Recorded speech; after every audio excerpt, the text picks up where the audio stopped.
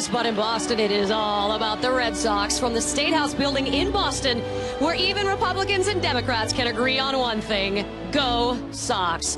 At Faneuil Hall, Red Sox fans are gathering in the hopes that 86 years of frustration are washed away in a single evening. All that needs to happen is a Red Sox victory. And as we look at Fenway Park, the stadium is closed, but the taverns are filling up in anticipation of a night many Red Sox fans have never experienced: a Boston Red Sox World Championship. But the New England faithful call themselves Red Sox Nation, and if you don't believe it's true, here's proof, beginning with former Red Sox Steve Lyons. All right, Jeannie, of course you know the Red Sox Nation extends far beyond Boston. In fact, all the way across the nation. I'm at Sonny McLean's right here in the heart of Los Angeles, California. And these fans have been packed in this bar for 3 straight weeks now, hoping to taste a little piece of history. They've been waiting for that history for 86 years. Now, we're going to send it way back east, where Kenny Albert's standing in a place that Red Sox president Larry Lucchino once called the Evil Empire. Kenny? Well, Steve, it may be hard to believe, but the Riviera Cafe is the official Red Sox watering hole in, of all places, New York City. It was just a week ago that the fans got to see their beloved Red Sox eliminate the hated Yankees. Now, Jeannie, what better place to exercise the curse of the Bambino and end 86 years of frustration for these fans than right here in the heart of New York City? Oh, boy. Of course, this frustration crosses more than state lines. It spans the globe. Good morning, Baghdad. You watch, we salute you, members of the multinational force Iraq and all units around the international zone. We thank you. An international affair for sure, but all eyes right here as we surf the sea of red. The hunt for Red Sox October has never been closer. Of course, they battle history as well as the Cardinals as we welcome all of you to Game 4 of the World Series on Fox. As always, I am joined by my partner, Mr. Kevin Kennedy. I am Jeannie Velasco, and you could be seeing some history tonight. 86 years in search of a championship. Can we say that enough? The wait could be over. We've said it now. It could be over, but not if Tony La Russa and these fans have something to say about it. Nobody wants to have more energy than these fans tonight, because last night they were knocked out of the game early. This ball club is resilient as well, and Tony La Russa is going to take a page out of the Red Sox book, where they came back after being down 3-0. They won 4 straight. It has never been done in the history of the game. La Russa's ball club would like to repeat that tonight. Let's go back to why the hell the Red Sox got there. The luck of the Irish, who knows? Millar gets the walk in Game 4 of the LCS. Dave Roberts pitched run, steals a base. Bill Miller ties it. Okay, that gets them another game. They go on to Game 5. Tony Clark, it looks like it's done here. They're over in Game 5. No, a ground rule double. Sierra can't score that short wall at the around the pesky pole in Fenway. How about Belwer? All right, in New York, a 3-run home run. He hadn't done much until this point. Well, they ruled it a ground rule double. The umpires got it right. It turned into a home run. Yankees normally get these kind of calls, don't they? Not the Red Sox. How about this call? A-Rod slapping the ball out of the hand of Arroyo. They call it safe at second base. No, they reverse it. That call was called right by the umpires once again. And how about the cutoff man? Bill Miller reaching for it, trying to double off Pujols. Manny Ramirez misses the cutoff man, only to throw out and double off Larry Walker. And this is the turning point I'm talking about right here. Jeff Suppan. Go or no, go or no. He goes back to third base, second and third. Nobody out, ground ball on the right side. That would have tied his score. It didn't happen for him. All right, you are not done, because we got to break down tonight's pitchers. Derek Lowe got it done against the Yankees with sinkers and sliders and got the Yankees to expand the zone. Chase bad pitches out of the zone.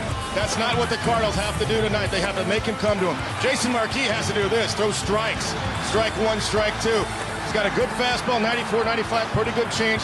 They got to minimize those walks, though. That's what he's done too much of in the postseason. Look at the pitchers in this series of starters. The Red Sox, 16-plus innings, ERA 2.7. The Cardinals, 11-plus innings, ERA pushing 12. That's been the biggest difference for me. The starting pitching of the Cardinals has not gotten deeper as an average than 3-plus innings. Marquis has to go deeper tonight to set up that Cardinal bullpen. They only have one lefty in that bullpen, and that's Ray King. That's a guy you got to pick to face David Ortiz. Absolutely. You can't use him too early. If they do, it's all over. So the starters have to get deeper so it counts when they bring in Ray King to face David Ortiz. All right, we talked about Jason Markey being on the big stage. This is not the first time he's been on the big stage.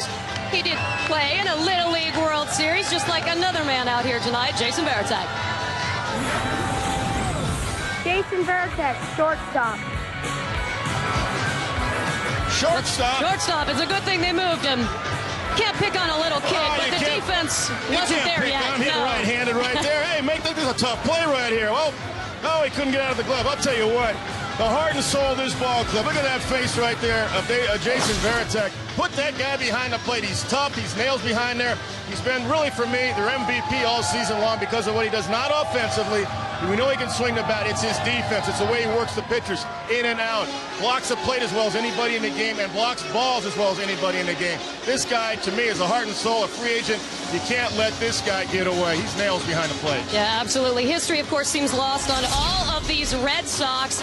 They just seem to worry about whether or not they're having a good hair night. Idiots? Well, I don't know that you can necessarily call them that. So does yours, Kevin. Ignorance remains bliss around the water cooler. Hey man, what's up? Hey dude, what's up, man? What'd you do last night? You know, same old, same old. Dang, the Patriots won 20 in a row. Again?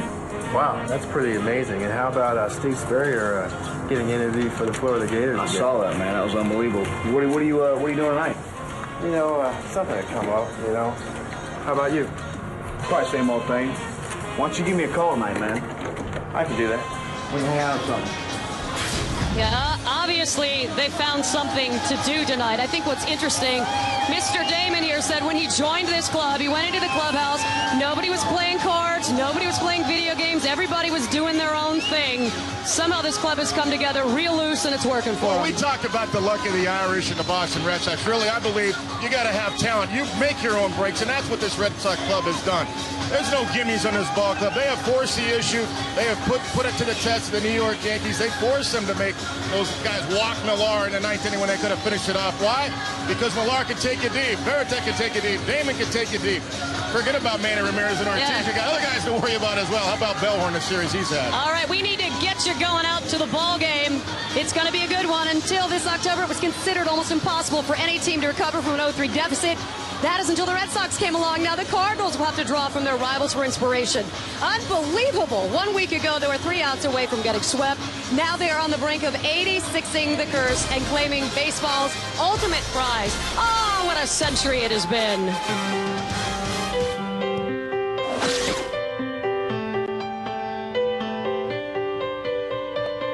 I'm 15 for a moment, caught in between 10 and 20, and I'm just dreaming, counting the ways to where you are.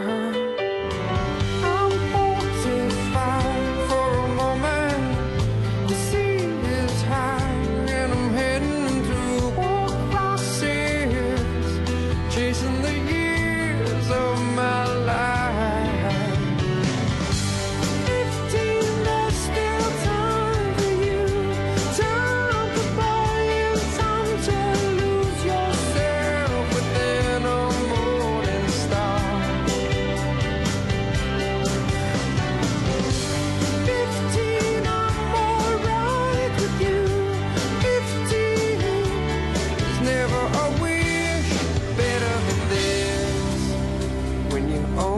Got 100 years to live. Half time goes by, suddenly you're wise. Another blink of an eye, 67 is gone. The sun is getting high.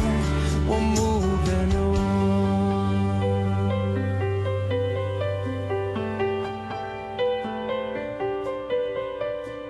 I'm 99 for a moment. I'm dying for just another moment, and I'm just dreaming.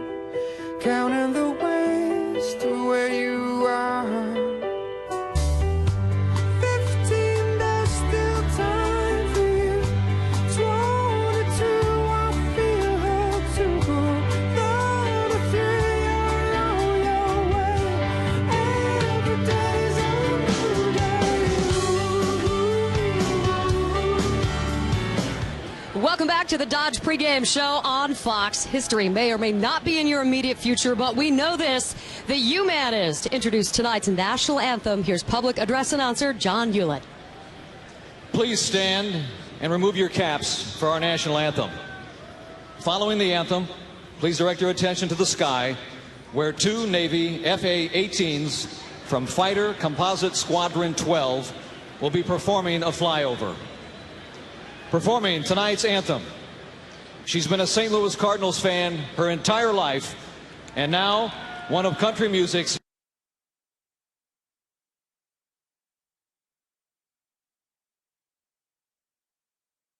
Gretchen Wilson. Oh, say, can you see by the dawn's early light what so proudly we held at the twilight's last gleaming, whose broad stripes and bright stars through the perilous fight o'er the ramparts we watched were so gallantly streaming, and the rocket's red glare, the bombs bursting in air, gave proof through the night that our flag was still there. Oh, say does that star-spangled banner yet wave o'er the land and of the free in the home of the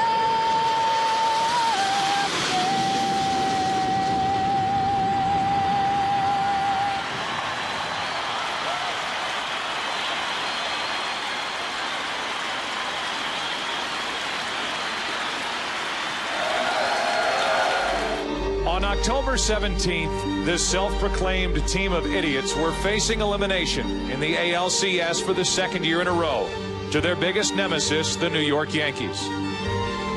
But in the span of 4 days, they overcame a 3-0 deficit to win, something no other team had done in the history of Major League Baseball.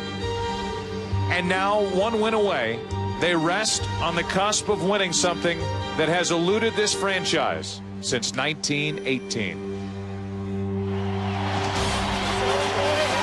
Well, what's it going to be tonight? We welcome you to Busch Stadium, where Cardinal fans are filing in wondering if this season will continue for at least one more day, or if they'll watch the Boston Red Sox celebrate here tonight. It's Game 4 of this 2004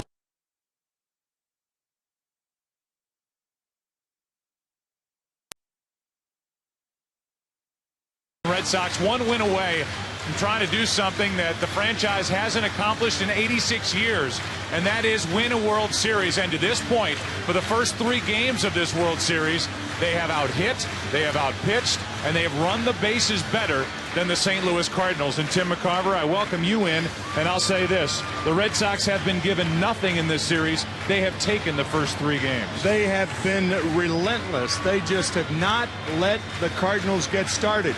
They've scored in the first inning of every game. The St. Louis Cardinals haven't even been ahead in any of the 3 games, and the best way for them to get ahead is to get any production, not more production, but any production out of the middle 3 spots. The 4, 5, and 6 hitters have 1 hit in the 3 games. That was a bunt base hit by Jim Edmonds in Game 1. The Boston Red Sox have won 7 consecutive postseason games. The fans here in St. Louis hope that tonight is not the night the World Series comes to a close. Hey, don't write yourself off yet. It's only in your head you feel left out. Look down, just do your best. Do everything you can. It just takes some time. St. Louis, 61 degrees and about 10 times better weather-wise than we had here last night for Game 3. Still with us, Chris Myers. Joe, down on the field, you can feel the vibe of the fan from Middle America all the way back to New England. For the Cardinal rooters, they're hoping for a reversal of fortune. For the Red Sox fans, many of whom have traveled here to St. Louis, well, they're still kind of numb. They're not sure how to act. Their team this close to finally winning it all, to finally winning a World Series. The fans like the Red Sox team. They're confident, but they're also cautious given their history. And this, tonight, a total lunar eclipse for the first time during a World Series game. So it would appear, Joe, for the Red Sox, the planets are aligned. All right, Chris, thank you very much. And Jason Marquis is the man in the middle of all this action. He has not been good this postseason. Here's tonight's starting lineup for the Red Sox, brought to you by Citibank. If you were paying attention last night, you'll know it is the same. Johnny Damon leads off, then it's Cabrera batting second. Manny Ramirez, how hot is he, hitting third? David Ortiz at first, put on a show in BP. Veritek, Miller, Nixon, Bellhorn, and Derek Lowe tonight won the clincher, Game 7 of the ALCS at Yankee Stadium, taking on Jason Marquis tonight. And if both pitchers have their stuff tonight, they'll throw a lot of ground balls. Two of the top 5 ground ball pitchers in Major League Baseball are opposing one another this evening. Johnny Damon first up for Boston.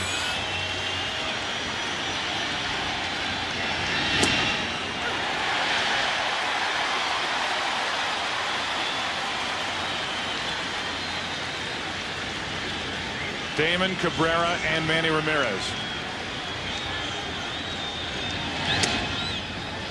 You see the 94 miles per hour, and Tim, one of the things that Marquis has to guard against is getting too charged up. He's a sinker ball pitcher. He's got a very good fastball, but trying to throw the ball through the wall is something that works against him. After the first fastball that was down in the strike zone, 2 fastballs up. You don't get ground balls on high fastballs. 2 balls and a strike on Johnny Damon.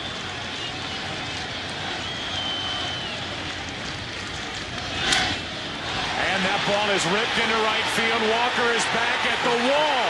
The Red Sox score first again. What a start. 1-0 Boston here in Game 4.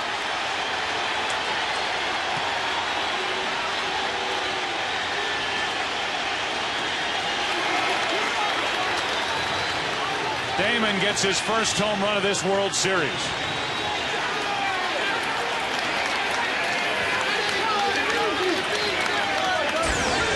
The one thing about ground balls, they don't go out of the ballpark.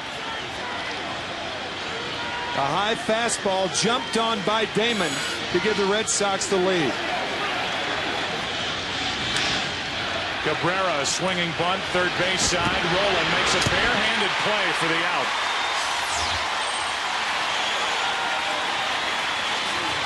What a play by Scott Rolen. My gosh. This is the 2-1 fastball, as you can see, right around the letters, followed by a 45-footer down the third baseline.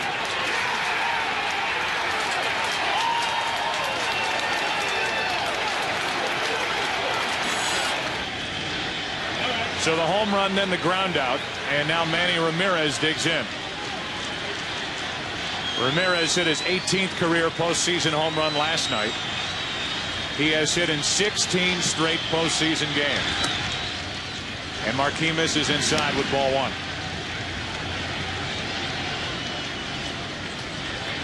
The numbers in this World Series for Ramirez, and overall this postseason, he is 20 of 56.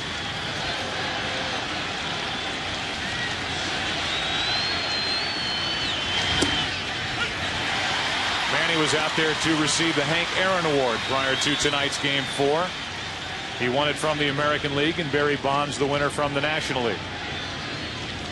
Henry Aaron is with us at the ballpark tonight.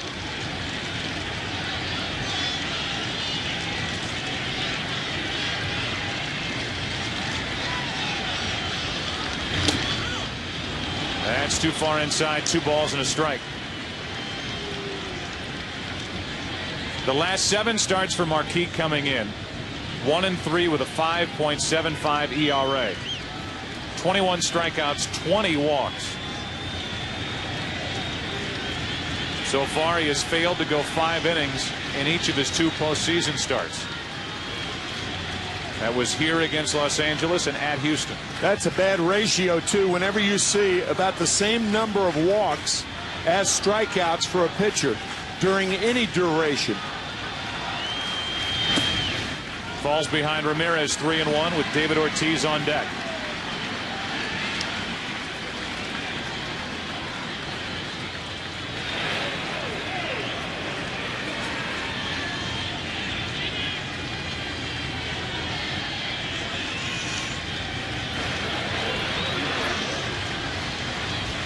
Great start for the Red Sox tonight. Manny Ramirez takes a walk. While we play here in the first inning, baseball fans grab a cold fresh Budweiser. It's game time. And game time tonight started with a home run by Damon and then the ground out by Cabrera. This terrific play by Scott Rowland. The difficulty on that play is that not only do you have to barehand it, but you have to have the ball in throwing position when you barehand it. Rowland's one of the best at that play. David Ortiz now 1 on 1 out. Ortiz 3 for 10 in this World Series. Everything is up from Marquis. Yeah, I think Tony La Russa's one hitter away from getting Dan Herron up in the bullpen.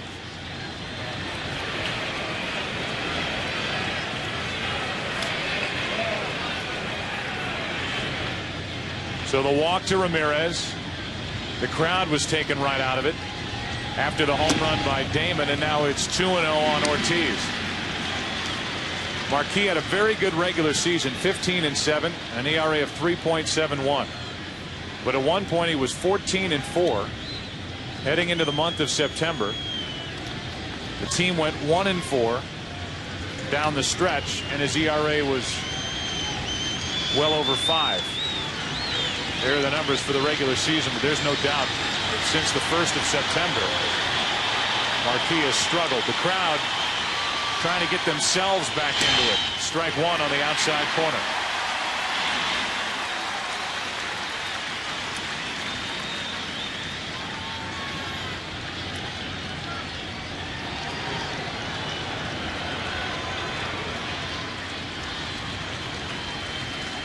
One on, one out, 2 balls and a strike.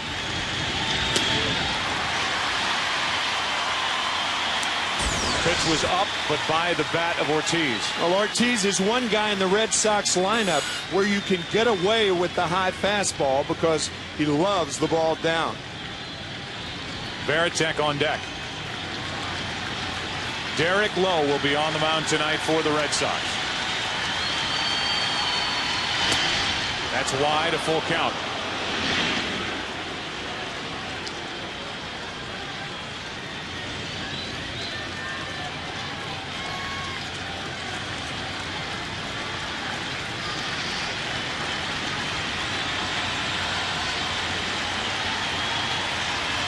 On 3-2, runner goes, and Ortiz flies it into left.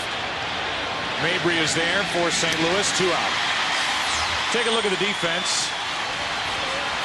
Just said the name Mabry. He is making his first start. This is how St. Louis covers the field, brought to you by State Farm. Mabry in left as Reggie Sanders takes a seat. Jim Edmonds in center and Larry Walker in right.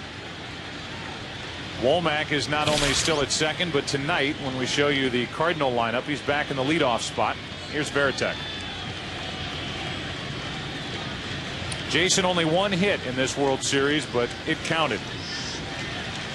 Back in game 2, a 2-out 2-run triple against Matt Morris that got the Red Sox off and running in a 6-2 win. Strike one. Coming into this game, the Red Sox had scored first in 9 of 13 postseason games, and they won all of them, and they've scored first here tonight.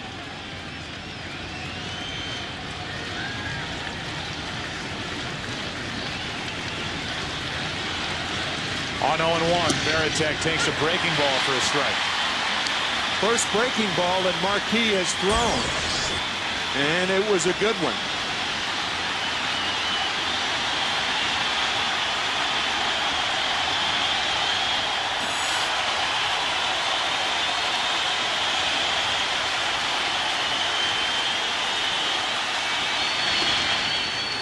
Molina blocks ball one in the dirt, and Ramirez has made a couple of bluffs off first.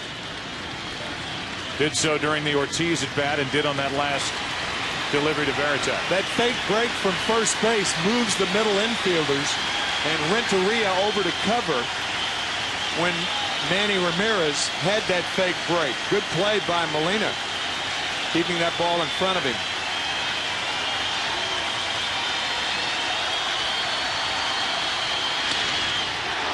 Marquis started to walk away. It's called inside, 2-2.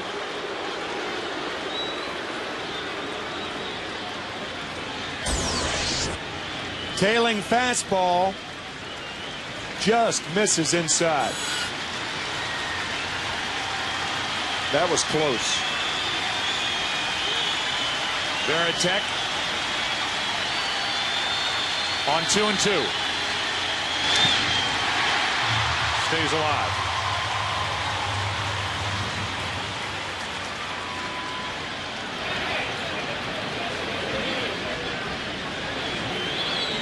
We've seen Johnny Damon struggle in the postseason. We have seen Johnny Damon clip his toenails during the postseason. And we have seen Johnny Damon hit a home run in this World Series. First leadoff home run in a World Series game since Game 4, 2000. Veritek is gone, but from New England to Baghdad, Red Sox fans love the start for Boston tonight. Go, go!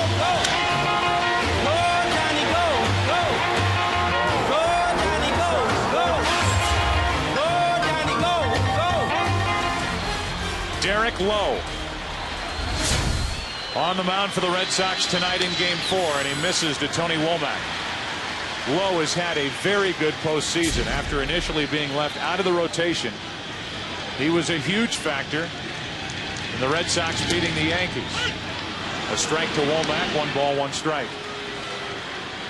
He started Game 4 of the ALCS, left in the 6th inning with the lead. That evaporated quickly after he left with Timlin on the mound, as Womack lines one into left center field. Ramirez over to play it. Nice play by Manny Ramirez. It's a leadoff single. And Womack back in the leadoff spot for the Cardinals for the first time since Game 6 of the NLCS. Starts it with a hit. That's a tough play to time. I think Cabrera may have jumped just a tad too soon.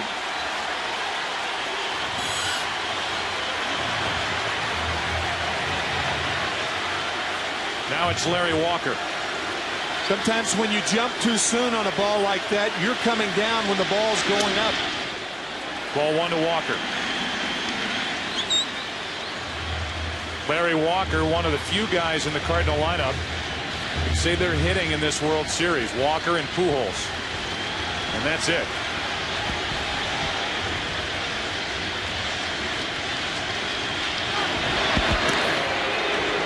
The Cardinals will run tonight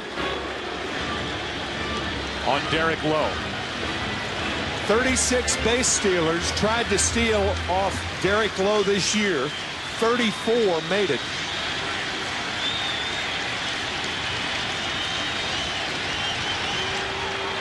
And it's something that the coaching staff for the Red Sox tries to keep Derek Lowe thinking about really the entire game. Brad Mills is the bench coach for Terry Francona, and he's the one in charge of trying to keep Lowe quick to the plate. The bunt. The sacrifice 1-3. Down to second is Womack for Pujols and Roland. We give you the starting lineup for the Cardinals, brought to you by Citibank.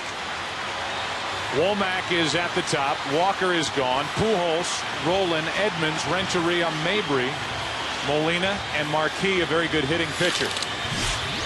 Did that bunt surprise you? Yes, it did. He was bunting for a base hit. Obviously, it was a sacrifice because Womack moved to second base. But Walker, one of the few guys, as you said, one of the few guys swinging the bat well for the Cardinals. 2 home runs, a double, 4 hits in game 1. So it did surprise me. He tried to push it down the third baseline, but Lowe makes a nice play. Had he gotten it down the third baseline, there's a chance he would have been on first. Good play by Lowe. Pujols checks his swing and a foul ball, strike 1. Pujols has not driven in a run in this World Series. He has 14 RBIs and 6 home runs in the postseason. And that's what he's done at home. A .519 average here at Busch Stadium in the postseason.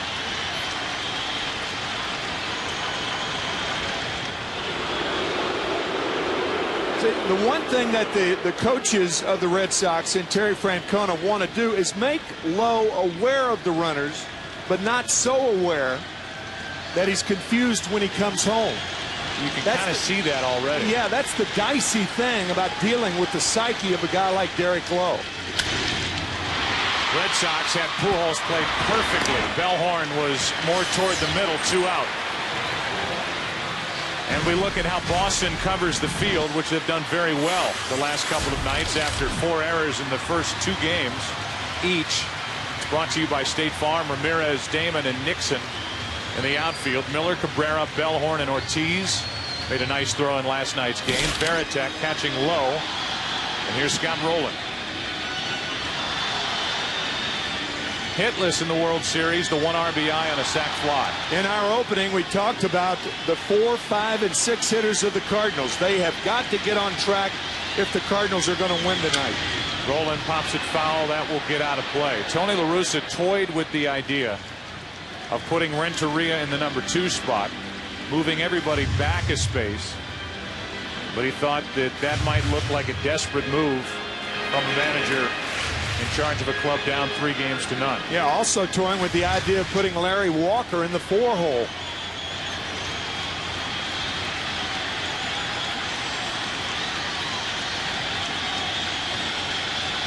Runner at third, 2 out. 1 ball, 1 strike from Derek Lowe. La Russa saying before this game, I love this team too much. This team is too special to have it end tonight. 4 games in the World Series and goodbye. The Red Sox trying to do that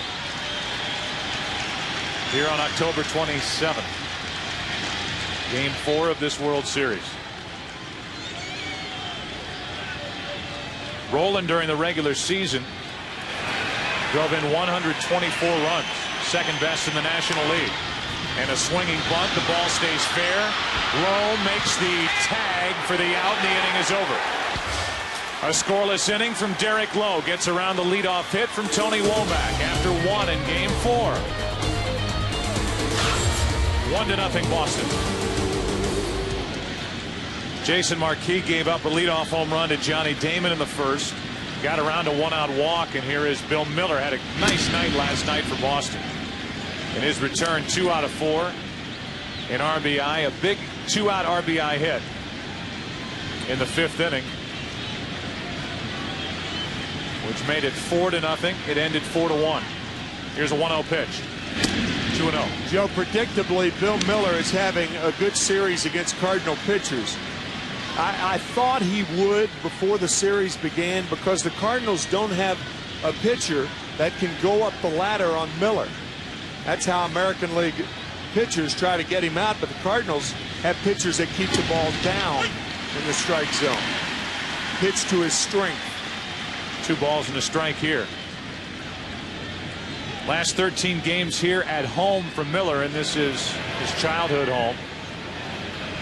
Sitting .357.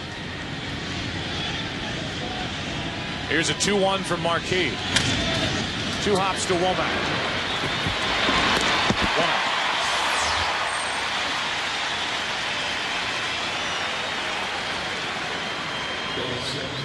And with the bases empty, Trot Nixon will step to the plate.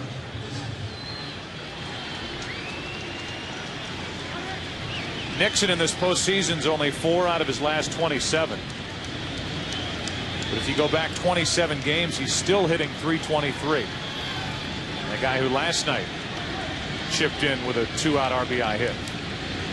He got the hit in the 4th inning after the base running blunder by Suppan. He takes the pitch low that really hurt the Cardinals. The Cardinals had that chance in the bottom of the 3rd. 2nd and 3rd, nobody out. Suppan didn't come home on the ground ball by Walker. We've all seen it 1,000 times by now. But then the next half inning, the Red Sox doubled their lead on a 2-out hit by Nixon. I think the Red Sox have shown how important it is with the immediacy of your strike. They've scored in the 1st inning. They scored after the base running blunder in last night's ball game.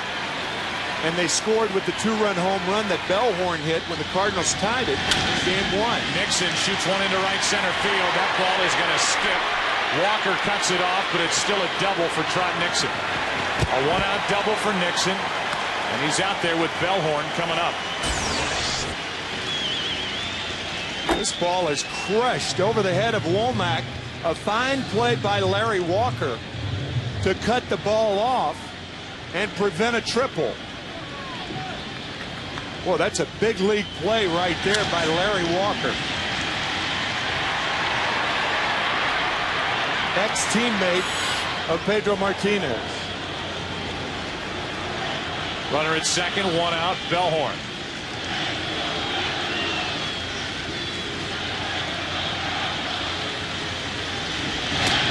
Ball 1. On deck is the pitcher, Derek Lowe. So the Red Sox want to get it done with Bellhorn at the plate.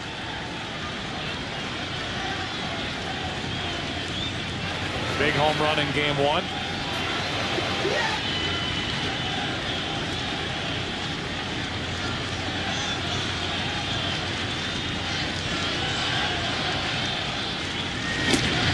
He followed that up with a 2-out, 2-run double in game 2.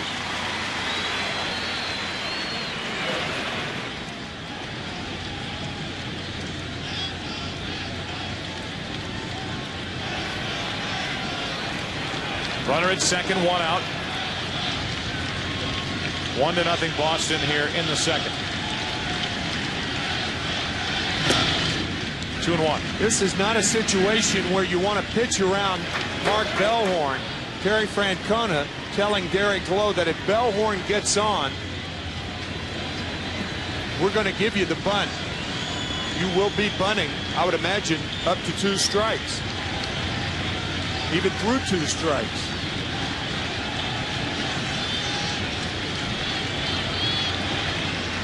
The 2-1 pitch. 3 balls and a strike from Marquis. And I think you're right, Tim, about Marquis, even in the 1st inning and here again in the 2nd. Any sign of a prolonged struggle will trigger action in the Cardinal bullpen, where Danny Herron, who's been so good in the postseason, would likely be the first one called. Yeah, the problem about tonight being down 3-0, you can't wait too long. Bellhorn hits it into right field, got out in front of it and hooked it foul. Full count. The Cardinals pitched Matt Morris in game 2 on short rest. A, because of Morris and his postseason experience, and B, because Marquis has struggled so. And now here, down 3-0, the Cardinals have to turn to Marquis to try and help their season continue.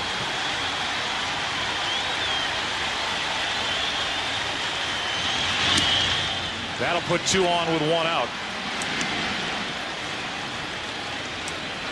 2 walks so far to go with 1 strikeout for Jason Marquis. And here's Derek Lowe. Scott Rowland, the captain of the infield, gives the signs, and he just wants Marquis to throw a strike.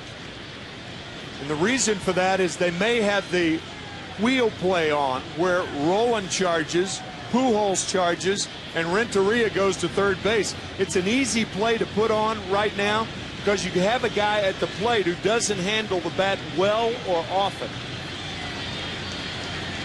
Tough base running play for Nixon. Yes. Who's not running all that well anyway down at second base for Boston. Ball one up and away. They had Renteria going over to third to cover, Roland coming in, and Pujols charging from first. But you said the key part of it as you began, and that was Marquis has to throw strikes. Right. I think that's the one thing Roland told Marquis, make sure you throw a strike. And the bunt. Roland bobbles it, goes to first for the out, and the runners advance to second and third. So Lowe gets the sacrifice. 5-4. Oh, Derek Lowe found the seam between the third baseman and the pitcher. Right there. Scott Roland forced to go to his knees, sliding, pivots, and just gets Derek Lowe at.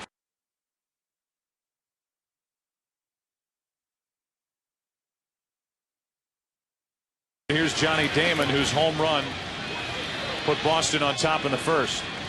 Bank of America, the official bank of Major League Baseball, donates $10,000 to the Intrepid Fallen Heroes Fund for every home run in the World Series. Thus far, $60,000 has been raised for the families of military personnel who have given their lives in the current operations in defense of our country.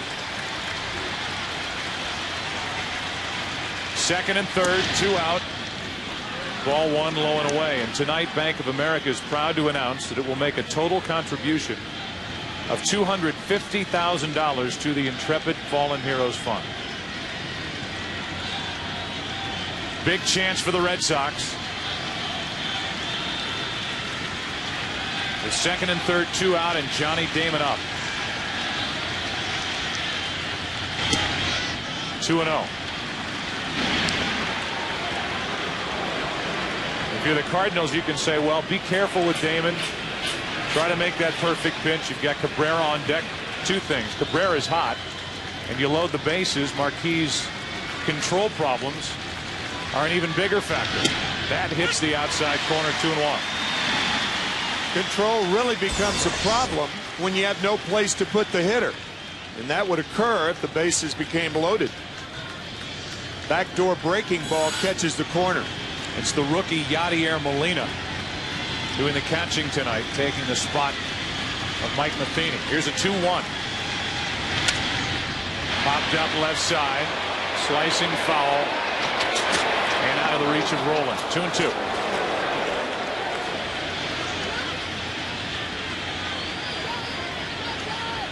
Molina is the youngest of the catching Molinas. Nice ring to it, does it not?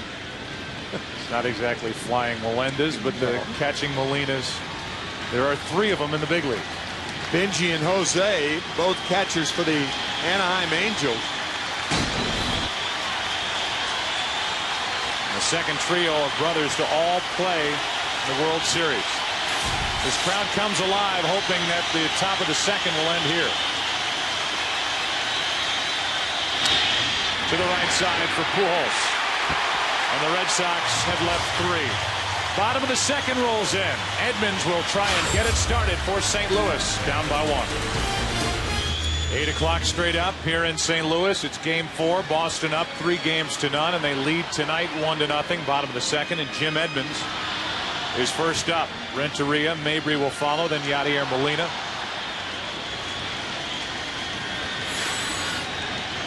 Derek Lowe, a free agent to be, finds the strike zone with his first pitch to Edmonds, who spins out of there.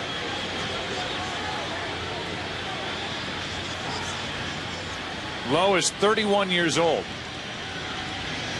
So you could make the case that he is in his pitching prime. As Edmonds sticks the bat out, pops it into left for Ramirez. 1 out. Edmonds 1 for 12 in this series. Before tonight's game, Manny Ramirez and Barry Bonds each received the 2004 Hank Aaron Award for their respective leagues, sponsored by Century 21. Hank Aaron Award originated in 1999 to mark the 25th anniversary of Hank eclipsing Babe Ruth's all-time home run record. Recognizes the best overall hitter in each league. 12 finalists were voted on by the fans at MLB.com. There's Hank. There's Barry Bonds. We all know where Manny Ramirez is. He just caught that last fly ball. First pitch, a strike to Renteria.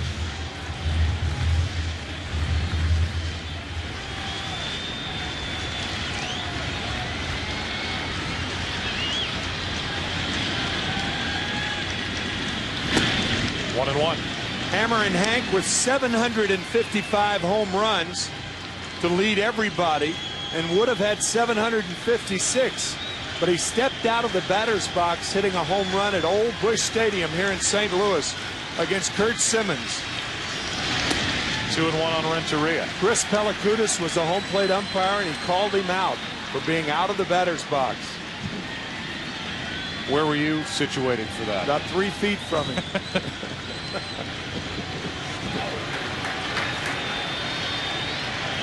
Two balls and a strike, one out, nobody on. Renteria, foul ball.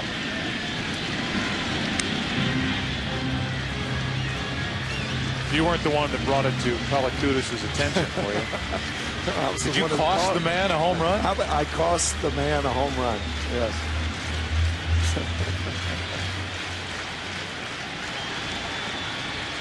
So Turner Field really could be situated at 756 Hank Aaron Drive. That's correct. Not 755. Two Right. balls, 2 strikes on Renteria.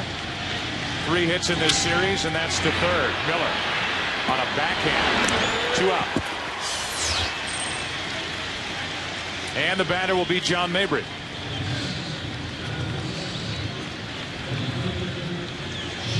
Mabry gets his first start.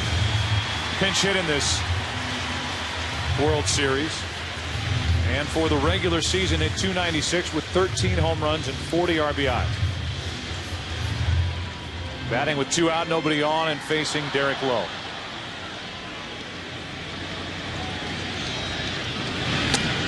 Ball 1.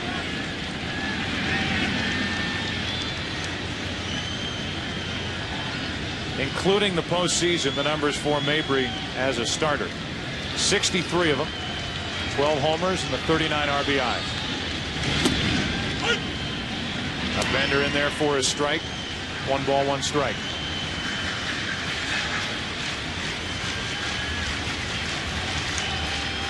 Derek Lowe has had an ERA over 6 on the road the last 2 years.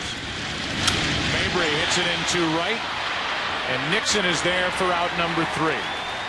Cardinals have only a single so far tonight, and it will be Cabrera, Ramirez, and Ortiz.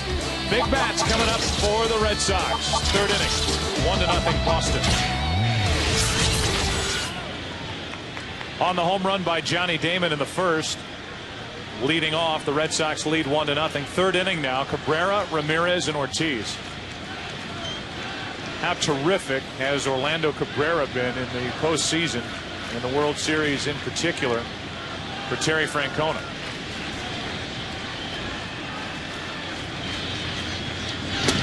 Takes a strike. Red Sox traded for Orlando back on July 31st, and there was a period of adjustment in Boston, but since the middle of August, batted close to .330 in the last 2 months, and his postseason has been sparkling. He's one of those guys that you always wondered how good they would be when they got out of Montreal. And the world is seeing it, and this is a free agent at the end of this World Series. A long list of free agents for the Red Sox. The 1-1 to Cabrera. 2-1. It's not just the walks from Marquis, but it's falling behind and putting himself in a spot where he has to throw a strike, and against a lineup like the Boston Red Sox, they will punish you for that. That's often worse than the walk. Here's a 2-1 to Cabrera. In the air to left field, didn't get it all, and Mabry has to come get it. 1 out. This is the first World Series featuring alumni from the Little League World Series facing one another. And we go back and look at Jason Marquis as a kid, 3rd place in 1991, pitching for Staten Island, South Shore. Specs on, elbow up, ready to fire. As you saw in our pregame show, or if you didn't, Jason Varitek played in the Little League World Series, and his team was a runner-up as Ramirez fouls it straight back. Varitek did it back in 1984, and his team lost to South Korea in the final. See the numbers for Marquis. His time with Atlanta and with St. Louis in interleague play, a 5-2 record in 9 starts. Cabrera flied out to left. Ramirez has another hit. He's on base for the second time tonight, and Manny Ramirez is now in 17 straight postseason games.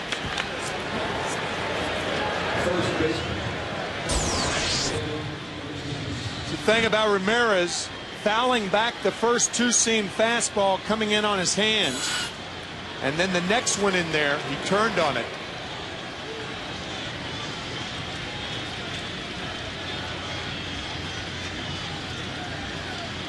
Here's David Ortiz. Flied out to left his first time up. Ortiz made jaws drop during batting practice about an hour before the game. I mean, he was pounding the ball. Put on a show, didn't he? Into right field. And even the Cardinal fans were applauding by the end of it. Pretty good set during that session of batting practice with Ortiz, Millar, and Ramirez. Fans ended up with some souvenirs. Here's a 1-0, ripped into right. That ball is down toward the corner, and Walker will try to dig it out. Ramirez will end up at third. Swain will hold him there, and it's second and third on a double by David Ortiz.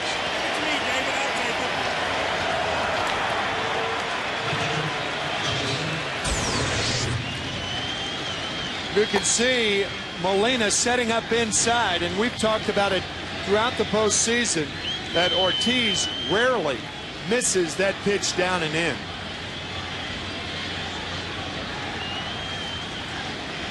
Dave Duncan, the Cardinal pitching coach, after this double with Ramirez fearing for his life, getting out of the way of that line drive. So was Albert Pujols. You had two guys ducking at first base. That's how hard that ball was hit.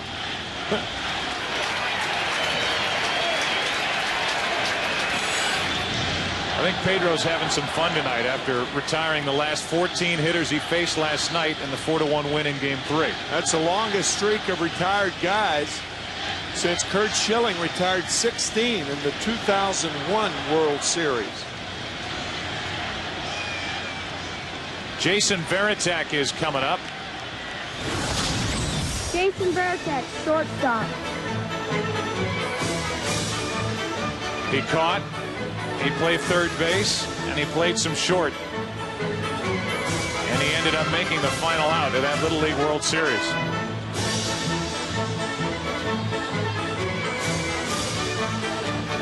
And the loss in the final to South Korea, and evidently his switch hitting days were ahead of him. What a chance for Varitek and the Red Sox. Ball one inside. Second and third, one out, already leading 1-0. Trying to sweep the Cardinals out of the World Series tonight. I'm surprised that the Cardinals do not have anybody up in the bullpen right now.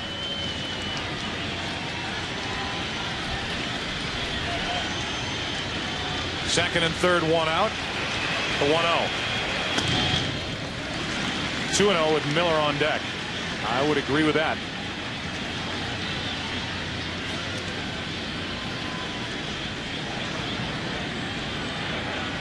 The long reliever Danny Herron, who pitched well in Game 1, has had plenty of rest. Marquis is in trouble, and he's fallen behind Varitek 2-0. Breaking ball in for strike one. And Varitek didn't like the call. Molina sets up outside. Varitek thought it was low. Very close. Ramirez the runner at third, Ortiz at second. A single and a double with this 3-4 combination. And Varitek with the RBI chance. 3-1. I think of the 6 umpires out there tonight, Chuck Merriweather has the broadest and deepest strike zone. Because a lot of pitches that are low in the lower part of the strike zone, a lot of them high, and he'll give pitchers that pitch off the corner away. Veritek hits it to first. Throw to the plate. Molina with a tag. Ramirez is out.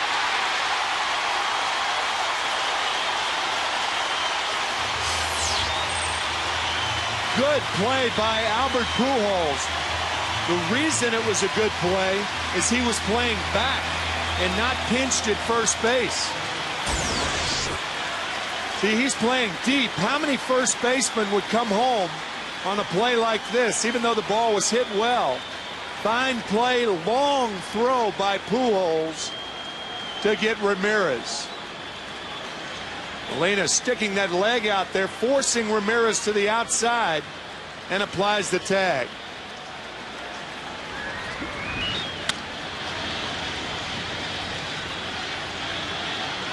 So the fielder's choice, 3-2 with a put out at the plate. And now it's first and third, 2 out. Bill Miller up. Ball 1.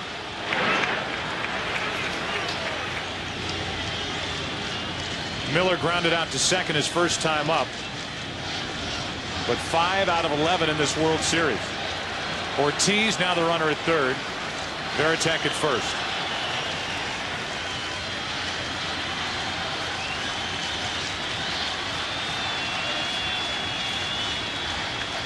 And Molina's going to go talk. You wonder if we will look back on that play at the plate and the aggressive throw by Albert Pujols instead of taking the easy out at first later on tonight. Thing about Pujols playing that deep, he has an outfielder's arm. He played left field for the Cardinals before settling in at first base. Perfect throw to get Manny Ramirez. But again, not every first baseman would make that play.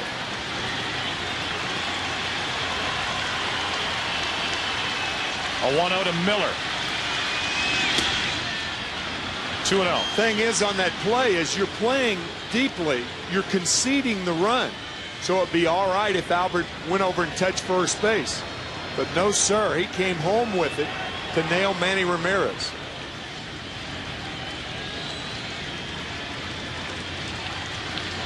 Runners at the corners, 2 out. 3-0 on Bill Miller with Trot Nixon, who doubled his first time, waiting on deck.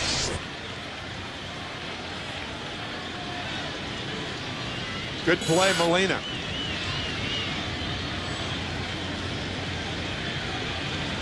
So Miller waits for a 3-0 pitch.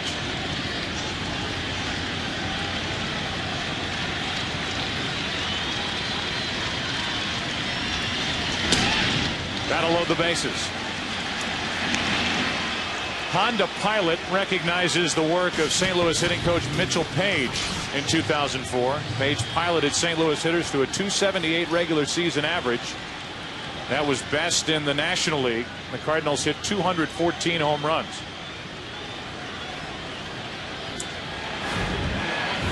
So the walk to Miller brings Nixon up. Here's Mitchell Page. Bases loaded, 2 out.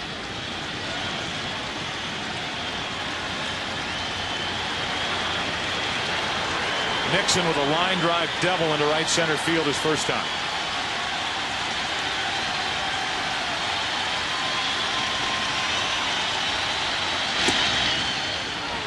Ball 1 low.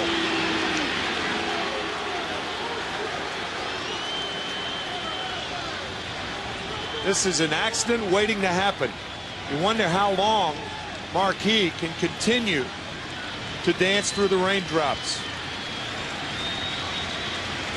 Gave up a double and a walk last inning, got around it. Has given up a single, double, and a walk in this inning.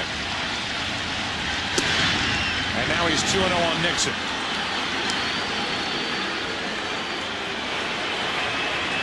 Still nobody up for St. Louis in their bullpen.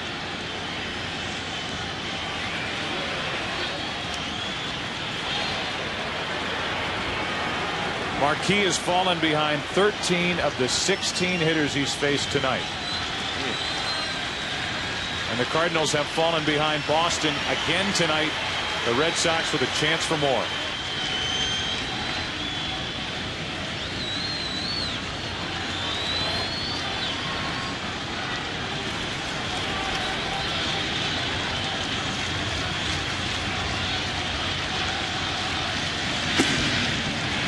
It's 3-0.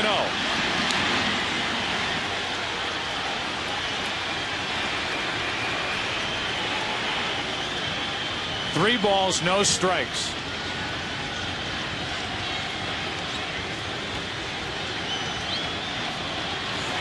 Three walks, one strikeout tonight. One run allowed on 4 hits.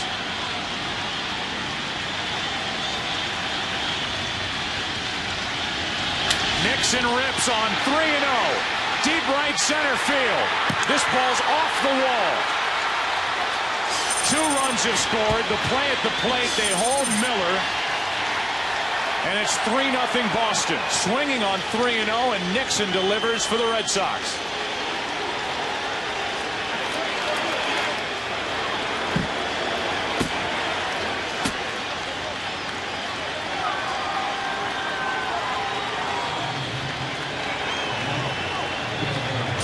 Nixon missing a grand slam home run by about 8 feet.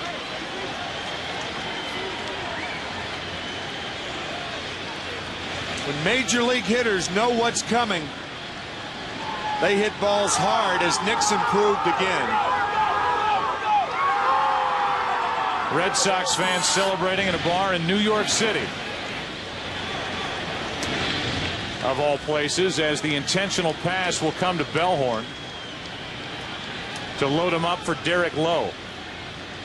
You just have to love the way the Red Sox have played this series. Not only have they outpitched, outhit, and run the bases better than the Cardinals in this World Series, but they've been aggressive from time to time. You think back yesterday, the chance with Cabrera up, everybody expecting a bunt after a leadoff double. They let Cabrera swing away, and he got a base hit to right. Here it's 3-0 with Bellhorn on deck. Nixon knew what was coming, and he did not miss it as the Red Sox turned Trot Nixon loose. Terry Francona telling us before the game that he's still getting mail from the first 3 games of the Yankees series. Well, the mail over the last 8 days for the Red Sox turns out pretty well. Now ball one to Derek Lowe, and this crowd has seen about enough. And amazing that nobody is up for St. Louis in their bullpen. It really is. It's just mind-boggling that Tony La Russa doesn't have anybody up. And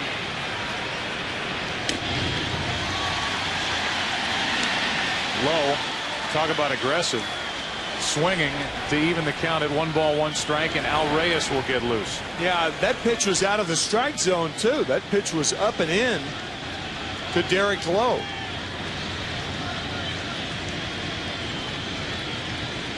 Bases loaded, 2 out.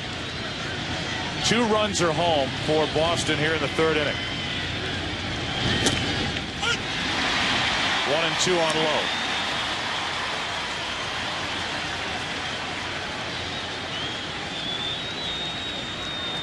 Marquis trying to hang in. The Cardinals are trying to hang in.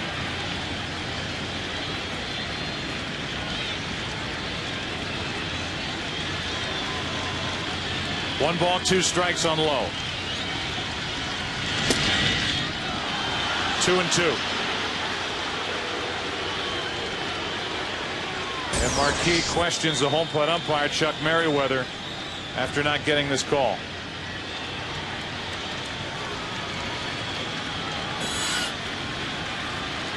Two balls, 2 strikes.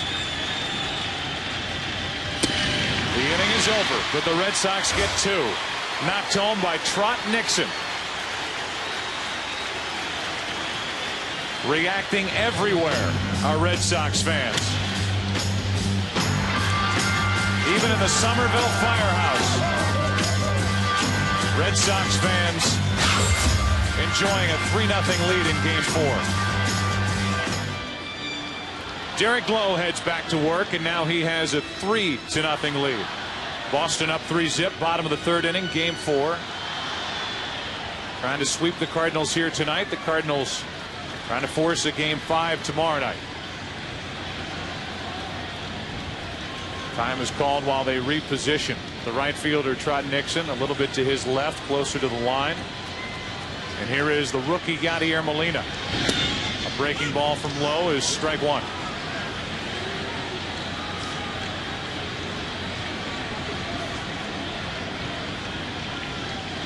Molina so far this postseason 1 for 5. He's in the hole 0-2. And unlike Marquis, Lowe is throwing strikes.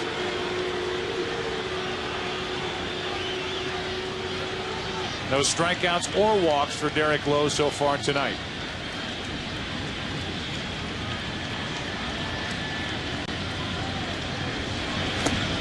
Molina strikes out on a ball down and away. 1 out here in the third inning, and Marquis will be the hitter. I think you allow Marquis to hit right here because he's such a good hitter. He led the National League pitchers in hits with 21. He batted .292. He can hack, but sending him back out there, I think, is a considerable risk for the St. Louis Cardinals. Marquis grounds to short. Cabrera picks it up and throws him out. During the break, we had a chance to visit with Terry Francona, the manager of the Red Sox. One question for Terry. Terry, you're up 3-0 in this game, 3-0 in this series, and you have stayed aggressive this entire World Series. You had Cabrera swing yesterday. You have Nixon swinging on 3-0, and it's paying off, isn't it? Well, you know what? We're a real good fastball hitting team, and we have faith in each other that they're going to get a fastball, and they know what to do with it, and I think you got to stay with what got you here. Terry, thanks for your time. Okay, guys. I wonder if people outside of watching the day-to-day pitch-to-pitch of this series across baseball are realizing, Tim, the kind of job that Terry Francona has done with his Red Sox to get them to this point, literally now innings and outs away from a World Series championship. We talked about the job he has done with the bullpen, but another example of his overall managerial skill, giving Trot Nixon the 3-0 hit sign, trusting he would get a strike. He did and delivered. Francona's second chance as a manager in the big leagues from '97 to 2000 was the manager in Philadelphia. It was a young club. Schilling was part of it. Scott Rowland was a part of it as a rookie in '97. Womack, 2 balls, 2 strikes. Terry, the bench coach for the Oakland Athletics last year, when Derek Lowe struck out the final Athletic, and then Terry drove across country after the season was over. Cabrera comes in, takes care of Womack. The Cardinals still with only 1 hit tonight. 4th inning, game 4. Boston batting up 3-0. Red Sox fighting back smiles in their dugout as they lead 3-0. They about hit the Cardinals 5-1. Damon has homered and grounded out. Strike 1. Marquis has walked 4, 1 intentionally, struck out 2, one of them Derek Lowe, the pitcher. And he's allowed 3 runs on 5 hits.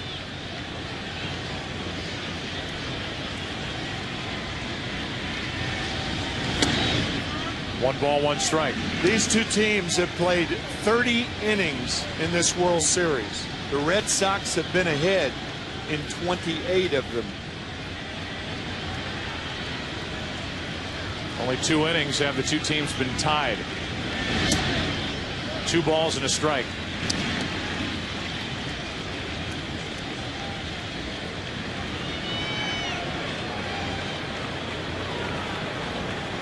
Damon with a count in his favor. Waits for a 2-1 from Marquis. 2-2.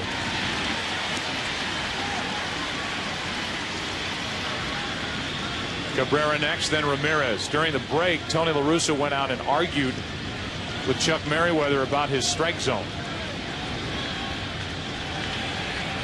The 2-2 pitch. Damon reached for it.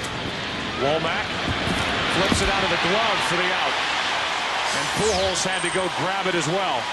Now, the reason that infielders don't do this, the ball gets hung up in the glove, and Womack smoothly shuffling off to Pujols.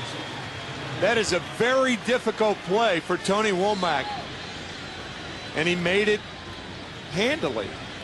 Glovely. Here's Cabrera. 0 for 2 tonight with a ground out, a flyout. He's hit in 10 straight. Easy to overlook the contributions of Cabrera. With 1 out, nobody on. Orlando takes the ball up and in.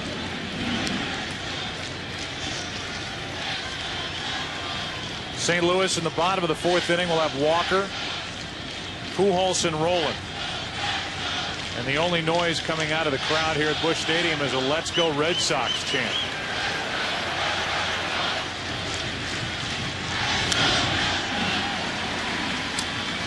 I think a reason why the Cardinal fans are drowning out that cheer is they're stunned with the way the St. Louis Cardinals have played the first 3+ games of this World Series. This is a team that was 1 win shy of their franchise record. They had 105 victories on the season. They had the best road record in all of baseball, best overall record in baseball. They had a pitching staff that was filled with guys with 13, 14, 15 wins. They lost Chris Carpenter. Marquis, the man on the mound, won 15 during the regular season. He's behind Cabrera, 2-1. Now 3-1 with Manny Ramirez on deck.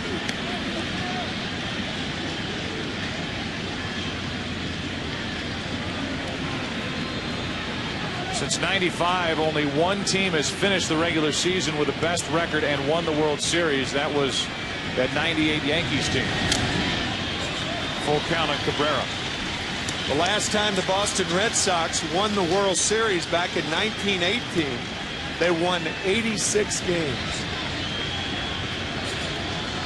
This year, 98 games, and they were the wild card in the American League.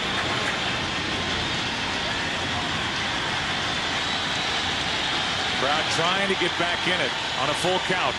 Cabrera hits it into left center field for Edmonds. 2 out.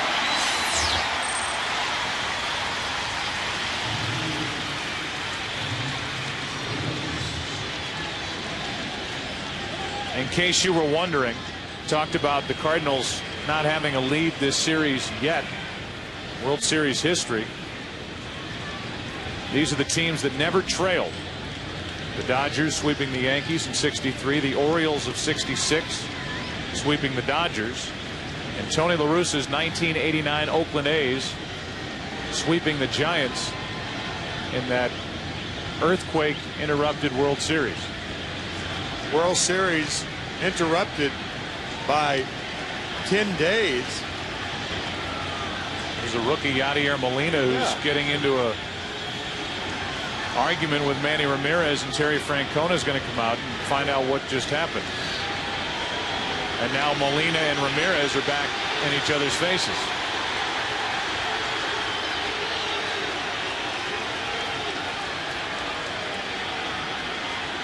Well, that's the one thing the Boston Red Sox do not want. Whether it's by Ramirez, by a pitcher throwing tight to a Cardinal. I mean, you have them down. And now Manny apologizing, it appeared, for whatever disagreement there was between the two. Still talking behind that mask. Yeah. 2 out, bases empty. Ramirez has walked and singled. Ball 1.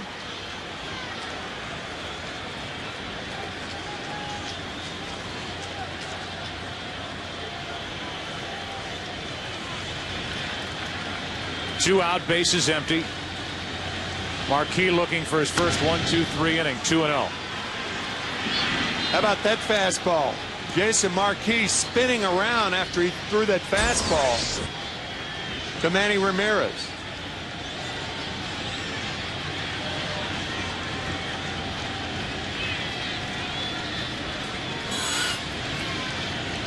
Here comes a 2-0 pitch to Ramirez. 3-0. And none have been close with David Ortiz on deck.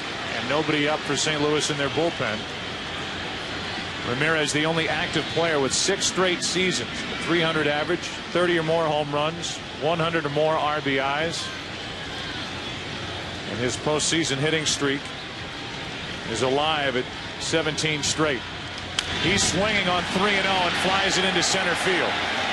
Edmonds is back. The inning is over. Bottom of the 4th inning. Walker first up for St. Louis. The 2, 3, and 4 hitters to bat.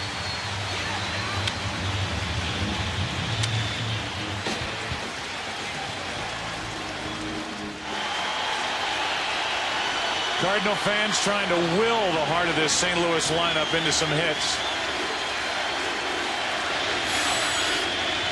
Ball 1 to Walker. After a leadoff hit in the 1st inning, Walker dropped down a bunt. It was an odd message for the Cardinals to send. Already trailing at the time 1-0. 2-0. For Walker, it was his first sacrifice bunt since 1991. Trying to get on in front of Pujols and rolling.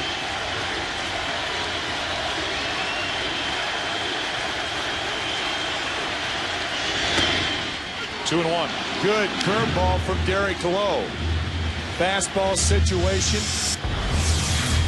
Now you can go back to the fastball as the curveball catches the outside corner. Walker rips it into right. Nixon is back. 1 out.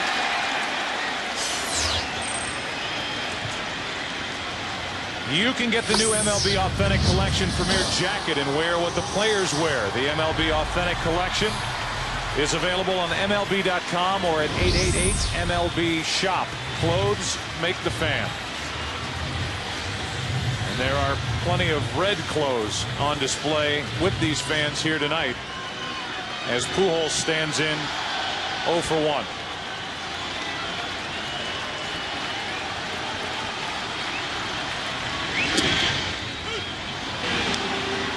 Oh, 1.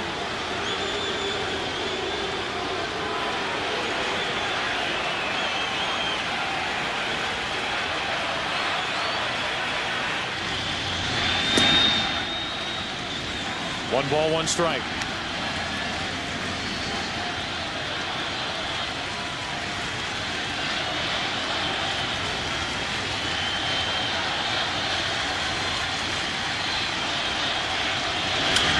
Strike 2.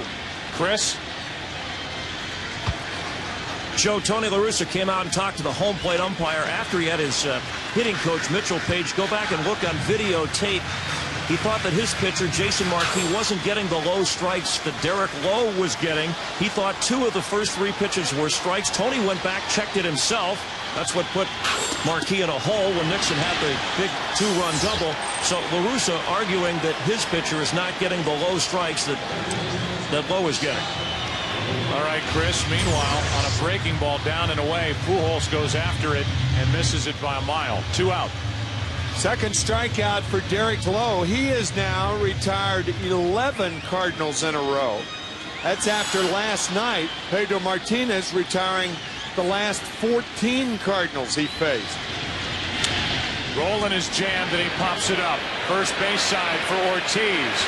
And the Cardinals go quietly again. 5th inning now. Game 4. Red Sox will bat. They lead it by 3. Nothing I can say, a total eclipse of the heart.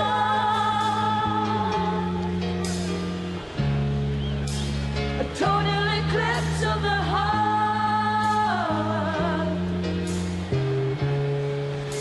A total eclipse of the heart. David Ortiz leads it off and takes a strike, and we are about a half hour away from a lunar eclipse. No balls, 1 strike on Ortiz with Veritek and Miller to follow.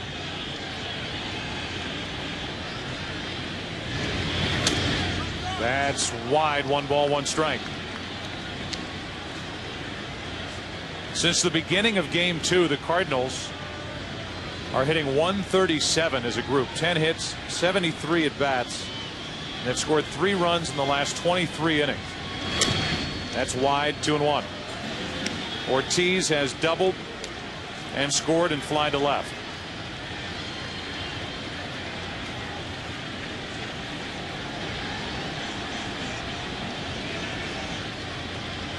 The Red Sox bursting with confidence as Ortiz takes a rip. 2-2.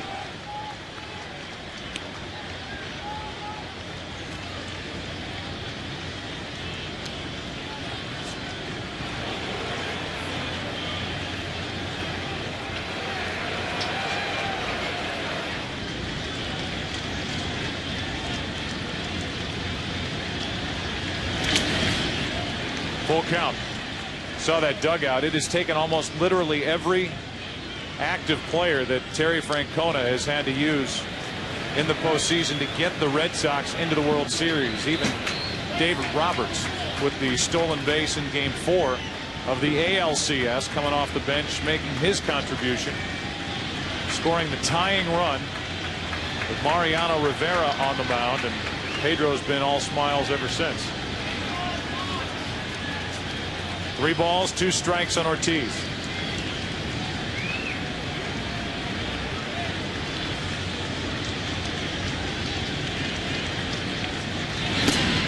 And a leadoff walk. That is 5 walks tonight handed out by Marquis. You can play Hit the Pros presented by the all-new GMC Canyon and face real pitches from today's best hurlers. Log on to foxsports.com on MSN. Keyword games. GMC. We are professional grade.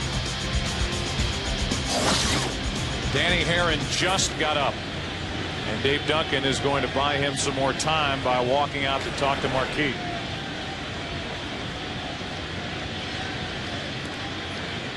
If you look at the starters for the first 4 games, it includes tonight with Jason Marquis, the starting pitching with Woody Williams getting into the 3rd inning, Morris and Suppan into the 5th. Marquis is pitching here in the 5th inning. He has not gone 5 in each of his 2 previous starts this postseason. On the other hand, Curt Schilling and Pedro Martinez. Schilling working 6 innings. Martinez working 7 innings, and Derek Lowe has pitched 4 scoreless tonight. Here is Varitek. Ball 1 outside.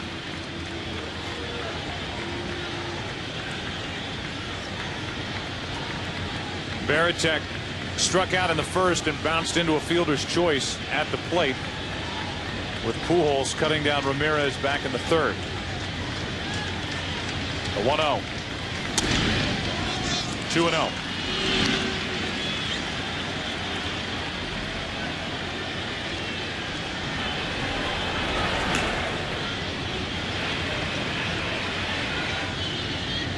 Dan Herron for St. Louis can't get ready fast enough. Marquis in a spot where he has to throw a strike, and he does. 2-1.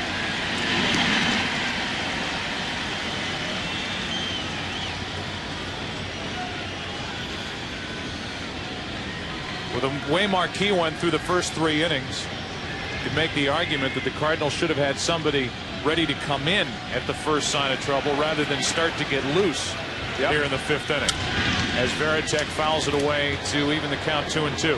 Yeah, that's a valid point. Not only have the Red Sox scored 3 runs through the first 3 innings, but threatening.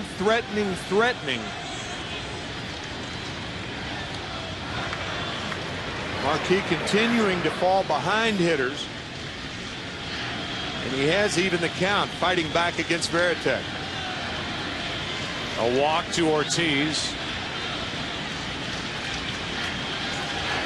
And a 2-2 pitch coming to Varitek. Got him looking. 3rd strikeout for Marquis. 1 out in the 5th.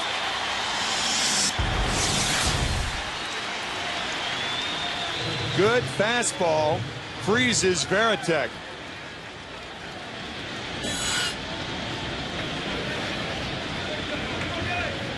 So Varitek will have a seat and Bill Miller will step up. Miller drew a walk with 2 on and 2 out in the 3rd inning. That loaded the bases. Then it was 3-0 on Nixon. Rod Nixon hit a ball off the wall for a 2-run double. Strike 1 to Miller. Yeah, that slope of the mound is supposed to be downhill, not uphill. Tonight it's been uphill for Marquis.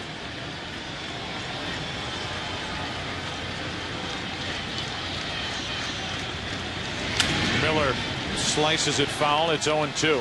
100 pitches already from Marquis.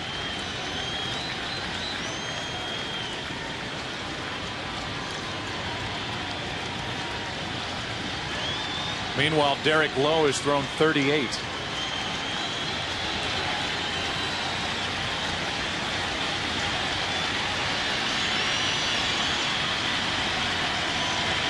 It's going to be a fastball. And Miller fouls it. It's a bad habit for a pitcher to get into when he says, yes, I want the pitch. No, I don't want it there. Yes, I want it there. Because the hitter can obviously see those 3 head shakes. Yes, no, yes. The only pitch he locates a fastball. Miller all over it.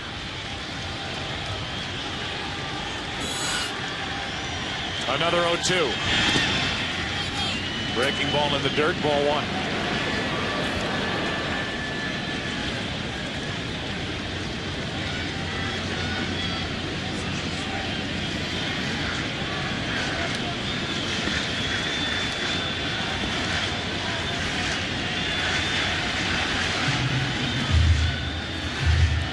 Yadier Molina on the right, Jason Marquis on the left, trying to fight their way through 5 innings.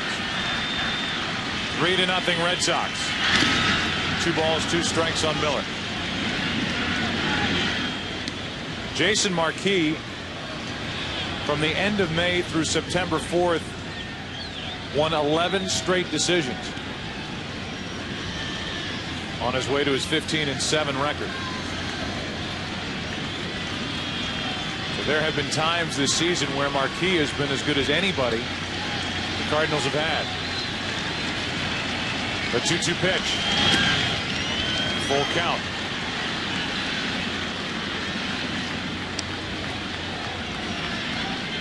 Left-handed hitter on deck. Danny Herron, a guy who throws a fork ball in the bullpen. Ready to go. This could be it for Marquis. 1 on, 1 out. Ortiz at first.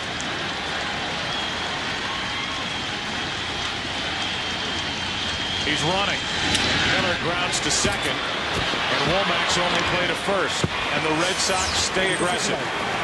By starting the runner, they avoid the inning-ending double play. And now they have Ortiz at second with 2 out. David Ortiz is not a fast runner, but the speed of the runner is not the determining factor whether you send him or not. It's up to the hitter to make contact. Bill Miller does that. Womack had an idea about going to second, but properly threw the ball to first base. And now it's Nixon. Red Sox are doing everything right, and the Cardinals are doing nothing.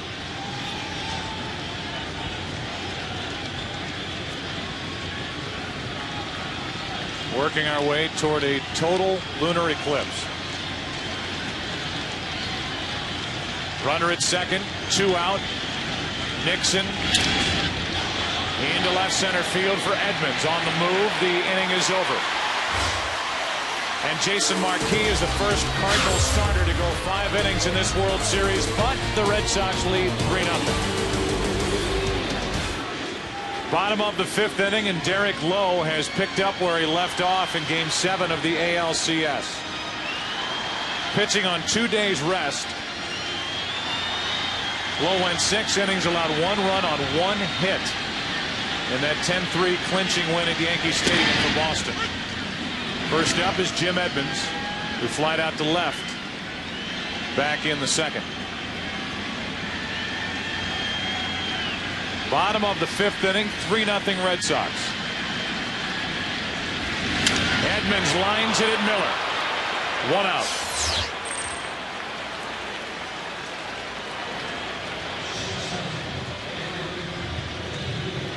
Nine o'clock here in the Central Time Zone, Busch Stadium, Game 4. The Red Sox up 3-0. And in the first inning, just like that, it was 1-0 Boston. Damon getting his first of this World Series, and in the third, bases loaded, 2 out. Nixon bangs one off the wall. A 2-run double, and it's 3-0 Red Sox. Ball 1 to Renteria.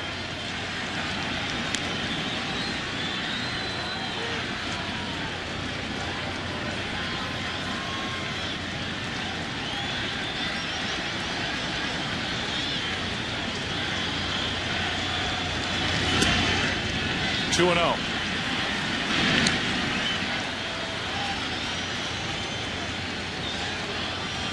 Derek Lowe has made himself a lot of money this postseason pitching the way he has for the Boston Red Sox. A free agent to be. Breaking ball in for a strike, 2-1. One scribe writing for a Boston paper said that Derek Lowe, in that last start against the Yankees, made himself at least $8 million. Might be right. One team that might be interested is the team he beat. 2 balls, 2 strikes. The Yankees will be looking for pitching over the offseason. And word is they have money to spend. 2-2, the count on Renteria.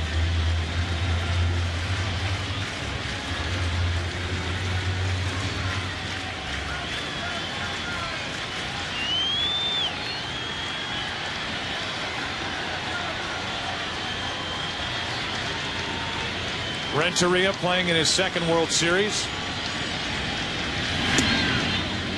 Takes ball 3 high. Cardinals have not had a base runner since the leadoff hit by Womack in the first. 13 straight retired by Lowe.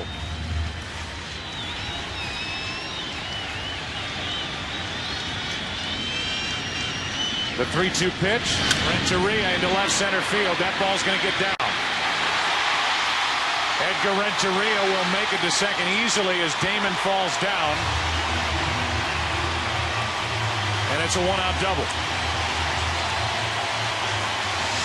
A terrific piece of hitting by Renteria, who hits this ball one-handed. Slapped into left center field.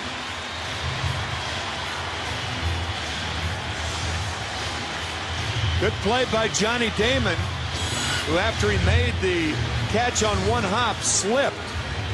But Renteria with a double that Card fans hope can get the Cardinals going here in the 5th. Their second hit. Mabry at the plate. And that gets no leather from Veritek. That was a cross-up, it appeared. Over to third goes Renteria. Veritek will go out and talk to Derek Lowe. There's only been one guy on second all night. That was Tony Womack in the first inning, and that's when a catcher and a pitcher have problems. You can see that move to his right. He was looking for a breaking ball. He got the fastball. Just say when you're looking for the local and you get the express, you're in trouble. So the Cardinals with a break.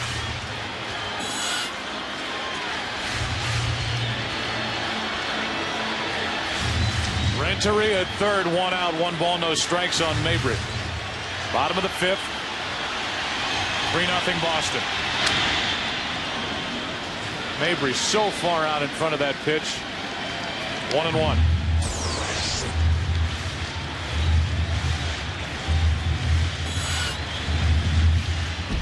It's what happens when a hitter gets a breaking ball and a fastball count.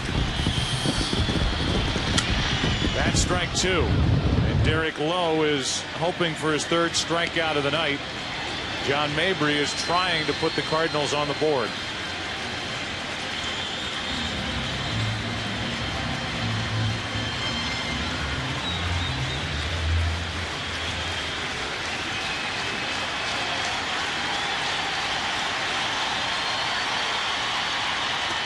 Mabry strikes out, I believe. He's out. Mabry thought he tipped the pitch and stood at home plate. Chuck Merriweather, the home plate umpire, said that the ball did not hit his bat. And Varitek picked up the ball, tagged him for the out. 2 out in the inning, and Tony La Russa is going to come out and argue. Well, the thing was, it didn't appear that Varitek thought the ball tipped the bat either, because when he picked it up, he rather incredulously went over and touched Mabry, thinking that John perhaps should have run. Pitch is outside. Obviously, if he misses the ball, see, you can tell by the reaction of Varitek that he didn't think he tipped the ball. Mabry did, however. And he's a strikeout victim. That's a play where a home plate umpire can't get help on.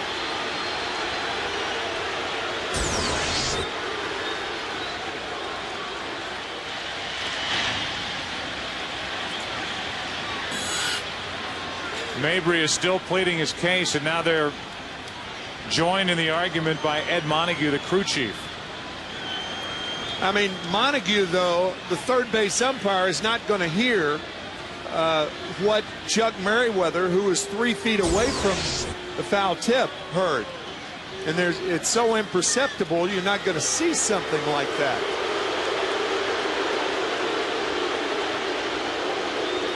Couldn't tell. Too hard to tell visually. When we heard the audio replay, if he just ticked it, you couldn't hear it. And the strikeout, let's listen.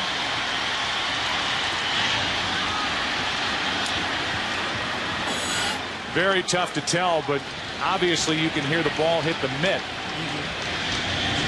Molina now with the runner at third, 2 out. As the Cardinals ask the rookie for a 2-out RBI hit. A huge third strikeout for Derek Lowe. 1 ball, 1 strike.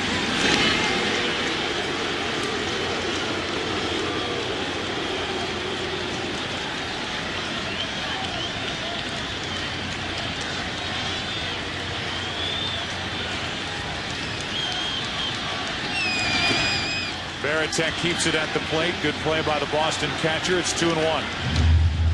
Molina during the regular season knocked home 15 runs.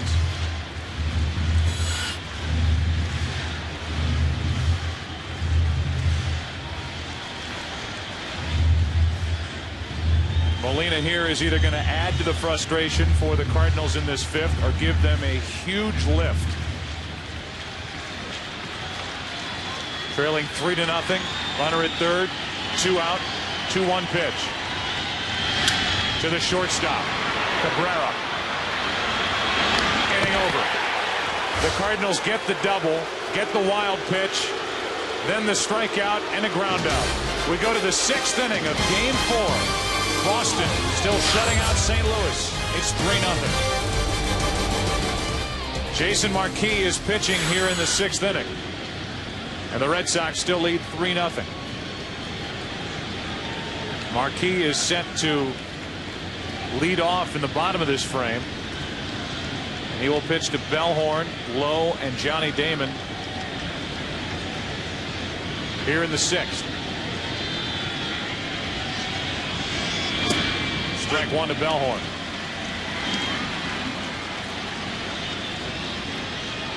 Mark has walked twice. Once unintentionally, once intentionally.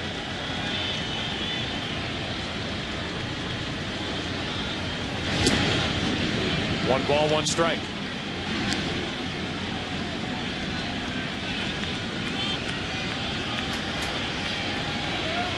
Derek Lowe will follow.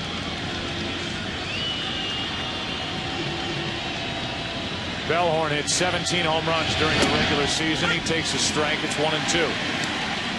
To his credit, Jason Marquis, pitching against the current, has come back over the last couple of innings. Only one base runner for the Red Sox in the 4th and 5th innings. Pitched around a leadoff walk in the 5th. As the count goes to 2-2, and at the moment there's no action for St. Louis in their bullpen. Certainly no action for the Red Sox in theirs. The way Derek Lowe is pitched.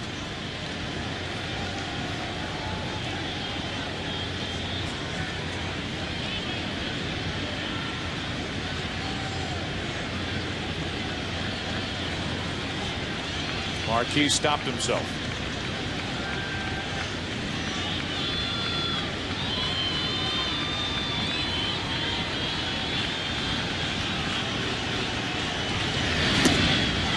Bellhorn strikes out, one away. Let's go down to Chris Myers. Joe, not just a father and son going to the ballpark.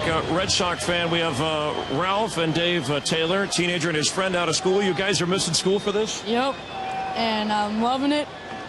You're a Red Sox fan. Are you from Boston? I'm from Boston, and I can't wait to come back and brag about how I got to see the Red Sox win the World Series. I hope your teacher's okay with that. Pretty cool that Dad brought you here. You know, you're setting himself up possibly for a lot of disappointment given the Red Sox history. You know, I realize that it's a risk, but we decided to take it. How long have you been a Red Sox fan? Since his older brother was old enough to be a baseball player. And how will you react if the Red Sox finally do win it? I don't know. You know, I think we're not used to living without that shadow. It's something you can adjust to. By the way, I'm not making this up, Joe. Ralph is he owns a waste management company in Boston. He's put up with a lot of garbage over the years, I'm sure. Oh. 2 out, nobody on after Lowe bounced back to Marquis, who made a nice play. Fine play by Marquis. Snow cones it. And underhands to get Low.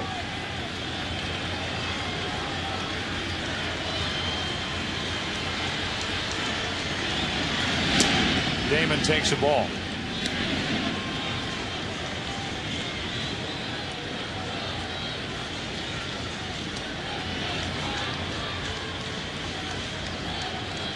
One ball, no strikes on Johnny Damon, who got it started. The way the Red Sox have started each of the 3 previous games of this World Series with first inning run. And he lines one into right center field. That ball will go all the way to the wall, and Damon can fly. He will scoot around second, head for third, and make it with a 2-out triple.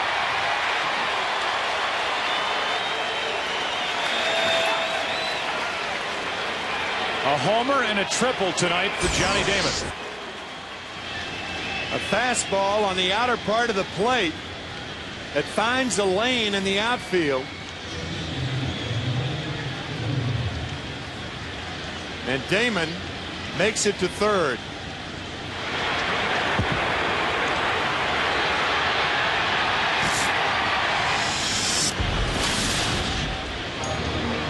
So now an RBI chance for Cabrera as Reyes gets loose.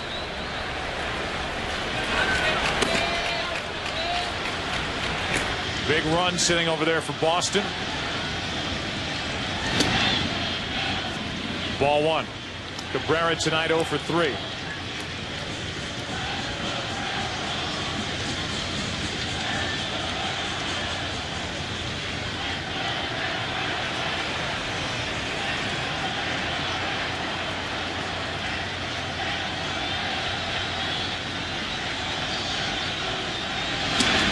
Kempner of the New York Times is keeping this statistic, and it is amazing. Against Cardinals starting pitching, the Boston Red Sox have swung and missed a pitch 16 times in 366 pitches. Man. So that's with foul balls, putting the ball in play. Only 16 times, 366 pitches have the Red Sox swung and missed a pitch against the Cardinal starters. 2-0 is the count here on Cabrera.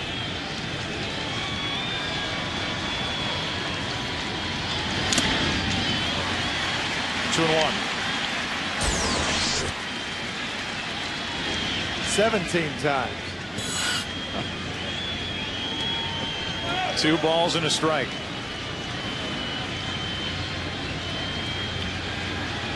Cabrera with his 10-game hitting streak on the line.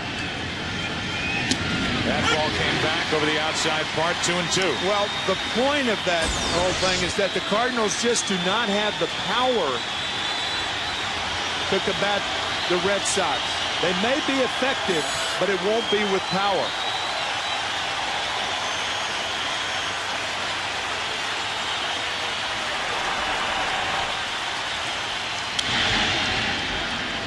Marquis just rearing back and throwing it as hard as he can. 93 miles per hour. It's still 2-2. Now Al Reyes has taken a seat. And it's only Ray King who needs literally a handful of pitches to get loose up in the Cardinal bullpen. A 2-2 to Cabrera.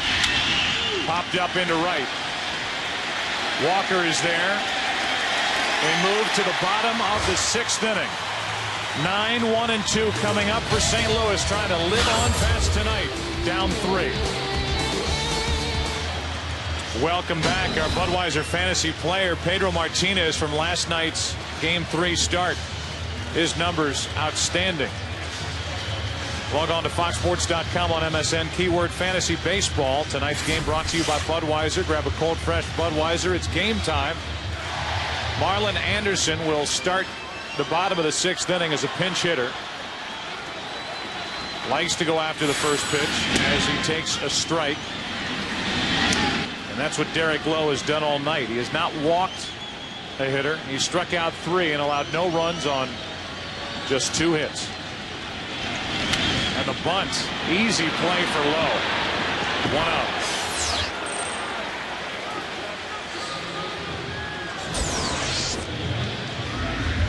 It's funny, the St. Louis Cardinals, who did not bunt at all or attempt to bunt against Curt Schilling, a guy with a bad ankle, have bunted twice tonight. One a sacrifice by Larry Walker in the 1st inning. And now Marlon Anderson tries to bunt for a base hit. Unsuccessfully. Tony Womack has one of only 2 St. Louis hits, the other by Renteria.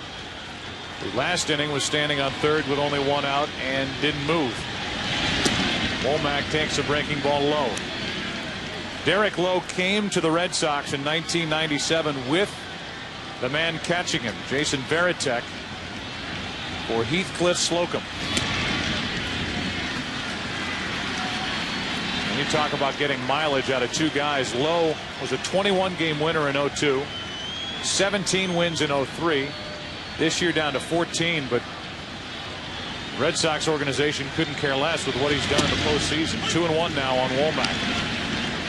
A trade made by then general manager Dan Duquette.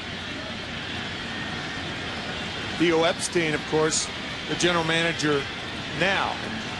Done a remarkable job. Womack flies into left center for Damon. 2 outs.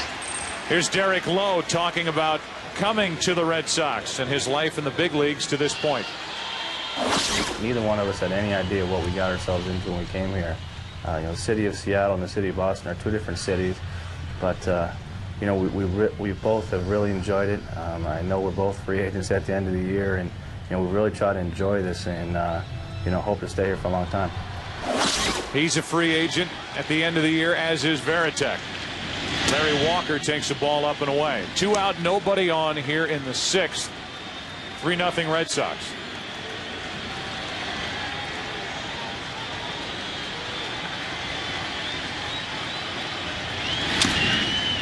One ball, 1 strike. Again, after a leadoff hit in the 1st inning by Womack, Walker bunted Womack down to 2nd. So he took the bat out of his own hands, and then Pujols grounded out. Rolen did the same. The Red Sox carried that 1-0 lead. Now it's 3-0. And the count goes to 2-1 on Walker. Commissioner Bud Selig is here. enjoying game 4. That's wide, 3-1. The Cardinals need for something dramatic to happen in a hurry. They have only 10 more outs in regulation with which to work. A 2-out walk brings Pujols to the plate. Who else would these Cardinal fans want to come up needing something to happen in a hurry? 1 on, 2 out.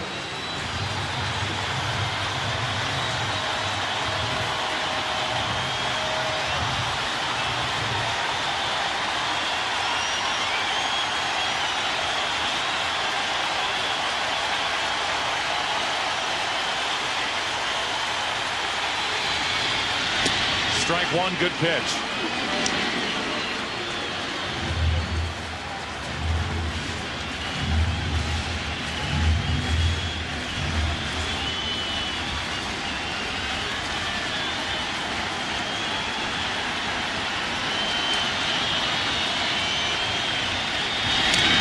Oh, and 2.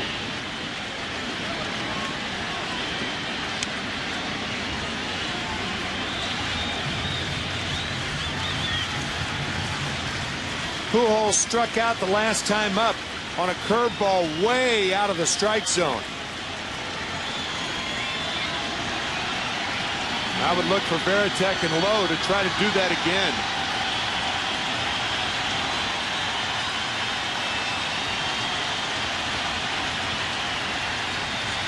Varitek sets up out there, and they do. This time Pujols lays off, 1 and 2.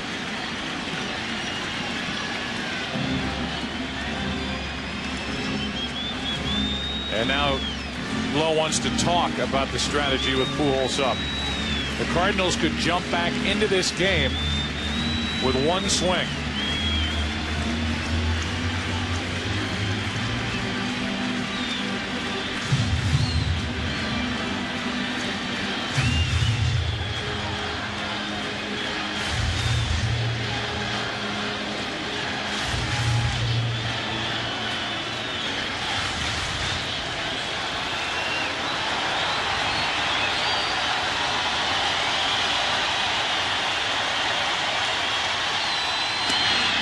Two and 2.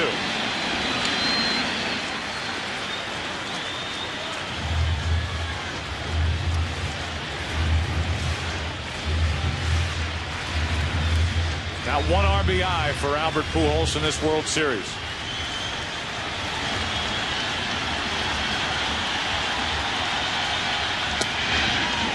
Three and 2.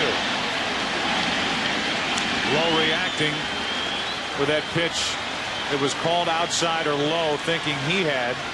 Pujols struck out to end this threat in the 6th. That was a tailing fastball that Lowe tried to wrap back on the outside part of the plate. Wanted it, didn't get it. So an 0-2 count has become a 3-2 count. And Ortiz comes over to join the meeting with Varitek and Lowe.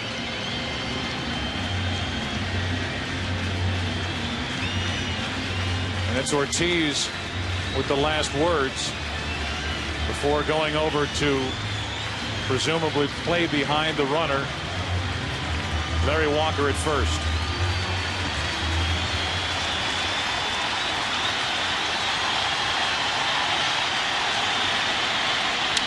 Pujols pops it up into shallow center. Out goes Bellhorn, the second baseman. Derek Lowe has pitched 6 shutout innings. And he just took care of Albert Pujols in a key spot after the 2-out walk. Still 3-0. The Red Sox on top. 7th inning now. Back after this from your local Fox station. We're into the 7th inning now. 3-0. The Boston Red Sox are on top, and I think it's easy with all the drama around Curt Schilling and the start last night by Pedro Martinez to overlook what Derek Lowe has done, and considering what he did against the Yankees, really in 2 starts, but predominantly in that Game 7 start and what he's doing tonight. he is as big a reason why the Red Sox are this close to a World Series title. In 3 starts, he's worked 18 innings, 17 2/3. Actually, he's given up 2 runs. In 2 games against the Yankees, a shutout against the Cardinals tonight over 6 innings. Dan Herron takes over. Here in the 7th inning, and Manny Ramirez first up takes a strike from Herron.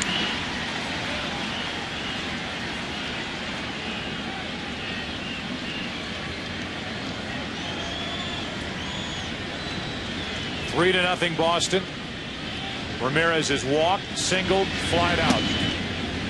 1 ball, 1 strike. Hard to believe Derek Lowe was in the bullpen the first 2 games of the American League Championship Series. He was the pitcher of record in the clincher against the Anaheim Angels when Ortiz hit the 10th inning home run. 2 balls and a strike now on Manny Ramirez. He made the Game 4 start, kept his team in the game, and then made the Game 7 start. And now tonight, the Red Sox try to sweep. Here's a 2-1 to Ramirez. 2-2. You talk about the power in the Cardinal rotation. Danny Herron is the one guy coming out of the bullpen that has that power type stuff with a fastball and splitter that can get swings and misses. Yeah, Danny Herring and Jason Isringhausen, they're 2 power guys. Here's a 2-2. Ramirez went 1 out.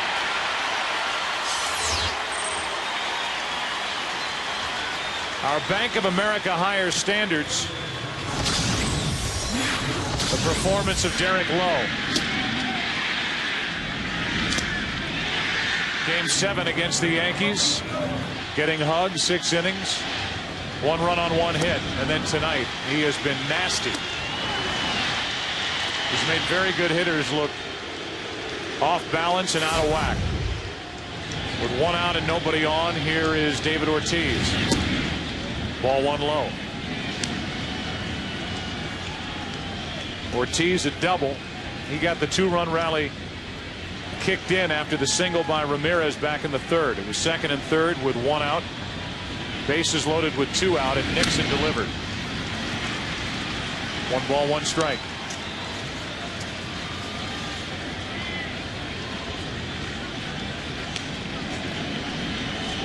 Cardinals in the 7th inning will have Rolen, Edmonds, and Renteria.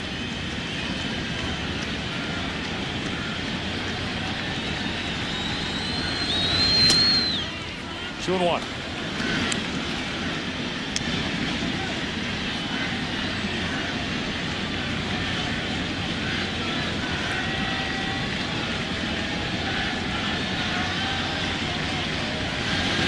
Ortiz grounds to first for Pujols.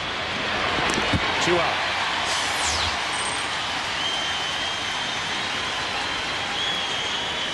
There were some after the NLCS with the way Dan Herron pitched out of the bullpen and the way some of the Cardinal starters performed in that series. They thought Danny Herron had earned a start. And looking back on Jason Marquis' night, he really struggled through the first 3 innings, persevered. Ended up going 6 innings, allowing 3 runs on 6 hits, but he did walk 5, 1 intentionally. While he was pretty good, so far Derek Lowe has been great. Ball 1 down and into Varitek.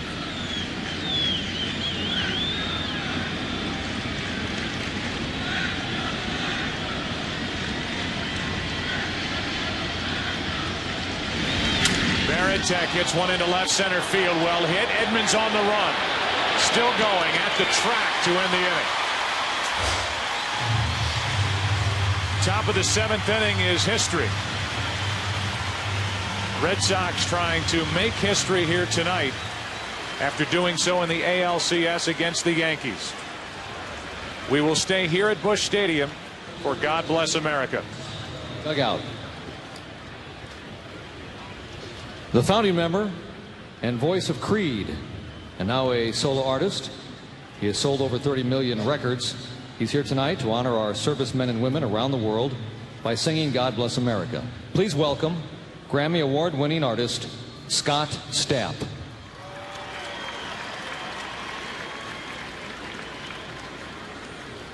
God bless America, land that I love. Stand beside her and guide her through the night with the light from above.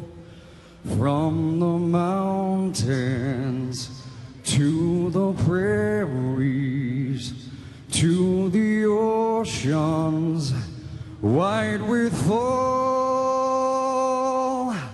God bless America, my home, sweet home. God bless America, my home, sweet home.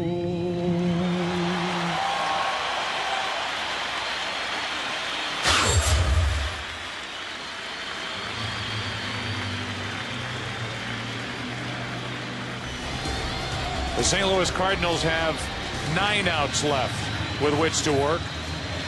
Facing Derek Lowe, Doug Mientkiewicz takes over at first base for David Ortiz as Terry Francona improves the defense. And Scott Rowland is first up, still hitless in this World Series. 0 for 2 tonight, 3-0 Boston.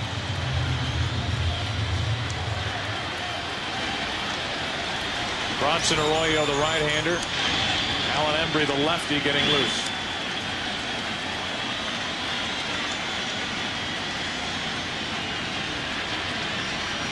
Rowland is grounded out to the pitcher and fouled out.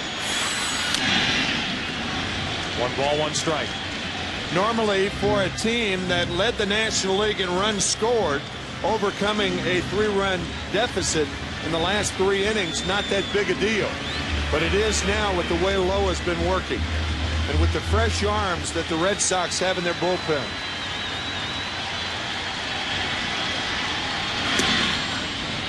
Two balls and a strike. John Henry, who grew up a Cardinal fan, in the middle.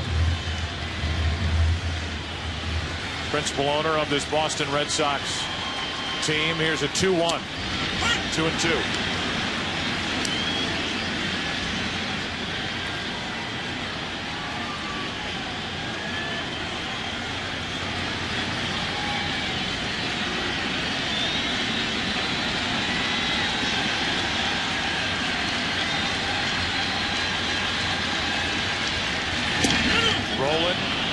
Checked his swing. It's a full count. He almost went, but not quite.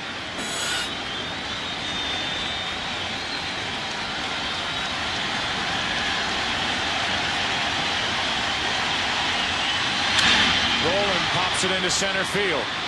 Easy play for Damon. 1 out.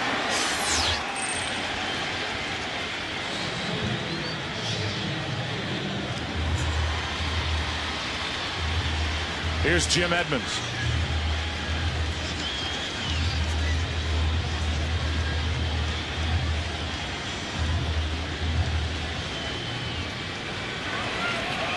Edmonds 0 for 2. Hit the ball hard his last time up, but lined out to third.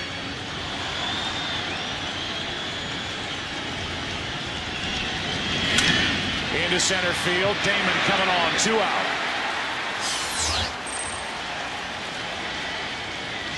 Our game summary is brought to you by John Hancock. And so far for Derek Lowe, 6 2/3, no runs, 2 hits. Johnny Damon a leadoff home run. Trot Nixon with a 2-out, 2-run double. The Red Sox starters games 2 through 4, no earned runs in 19 2/3 innings. That's Schilling, Pedro, and Derek Lowe. 31,458 days since the Red Sox last won the World Series. 1918.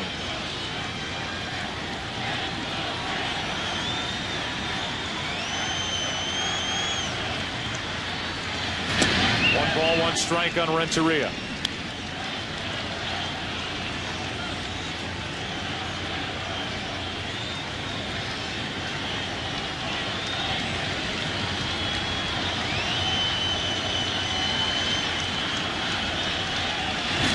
Renteria's on with a 2-out hit.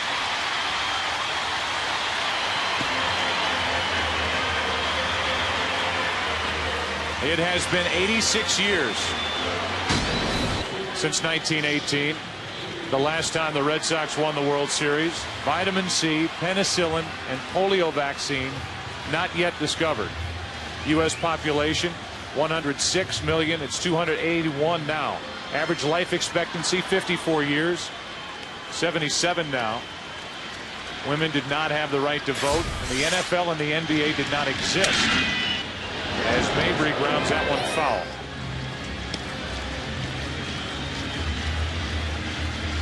The Boston Globe in 1918 cost 2 cents. A quart of milk was 14 cents. Bread was 8 cents a loaf.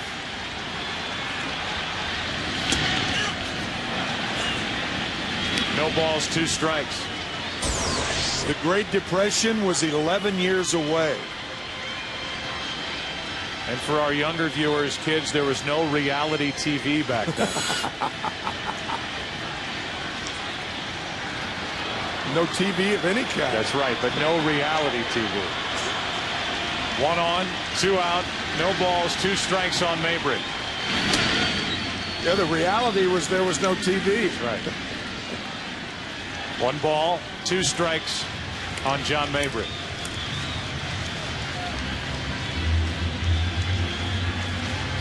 Baseball was not heard over the airwaves until 1923. Renteria stealing as Mabry strikes out, and the inning is over. We go to the 8th inning. Are the kids staying up in New England? You bet. Moms and dads not worrying about school tomorrow right now. The Red Sox 1 win away from a World Series victory. Bill Miller leads it off and takes a strike on the outside corner from Dan Herron. 8th inning underway.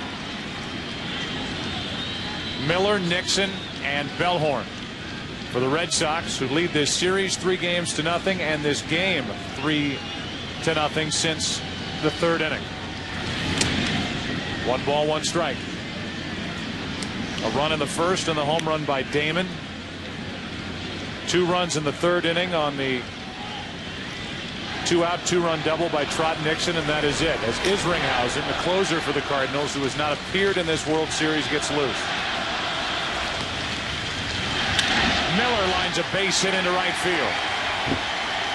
And Bill is on to start the 8th inning. On for the 2nd time tonight. Come on, Bill.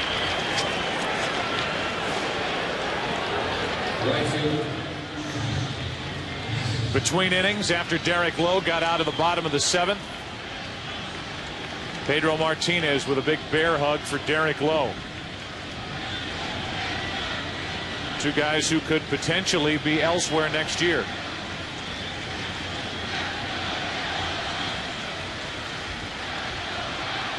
Here comes Dave Duncan out to talk to Dan Herron.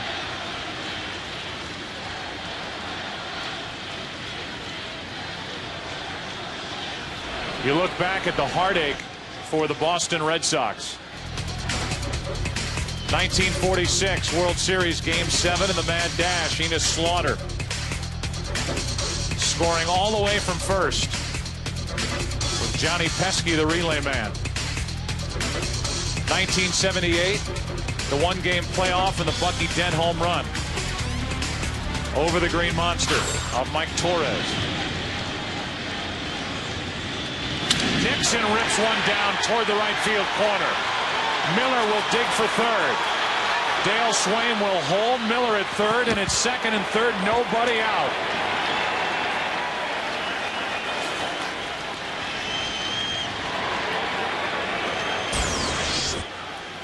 So Trot Nixon with his 3rd double of the night.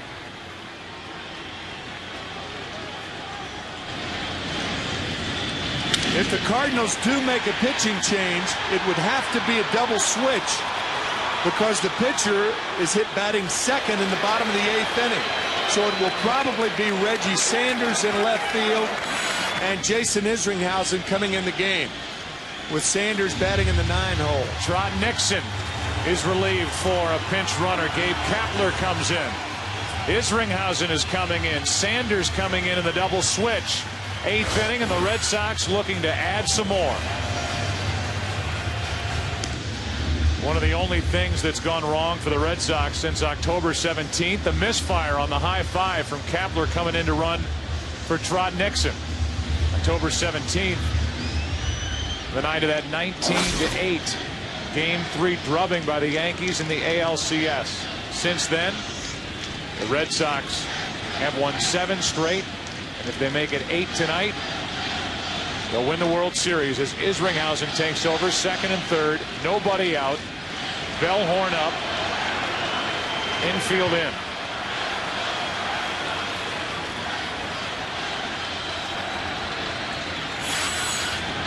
Already 3-0 Boston here in the 8th.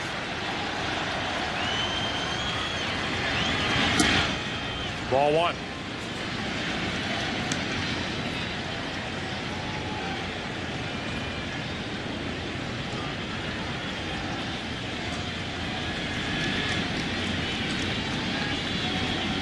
Bellhorn struck out tonight.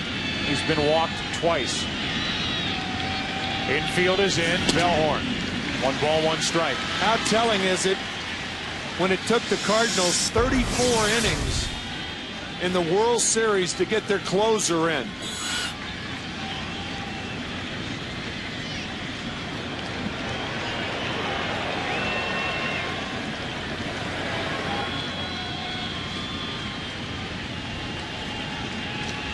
Bellhorn trying to put the ball in play.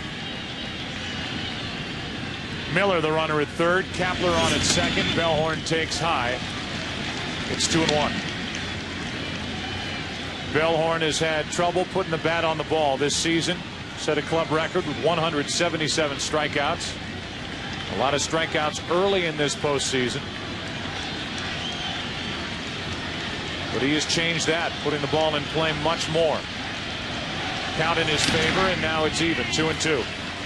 He's elevated his game just like the rest of the Red Sox have over the last 8 days. Should say 8 games. Just about 8 days. Yeah. It's been almost non-stop.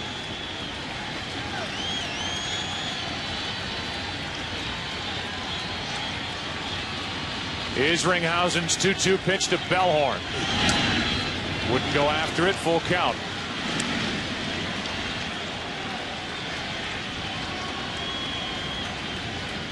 Bellhorn hitting .300 in this World Series with 1 home run, 4 RBIs.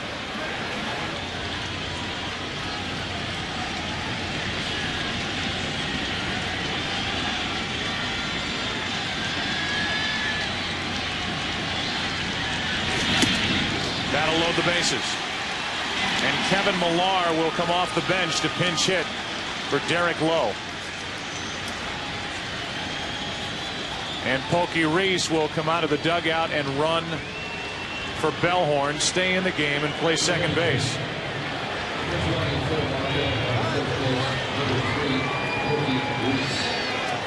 It is all falling right for the Red Sox, even getting these guys on. They improve their speed on the bases, and then they'll leave Kapler and Reese in the game to improve the defense when they take the field in the bottom of the 8th. What will the score be? Right now, that's up to Millar and Isringhausen. Well, the Cardinals forced to play their infield in. Any ground ball on the infield, they're coming home.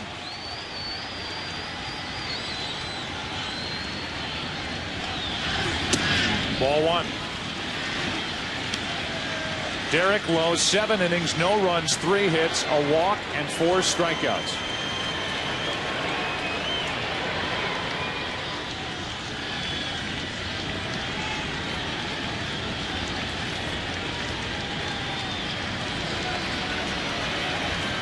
A 1-0. 2 balls, no strikes.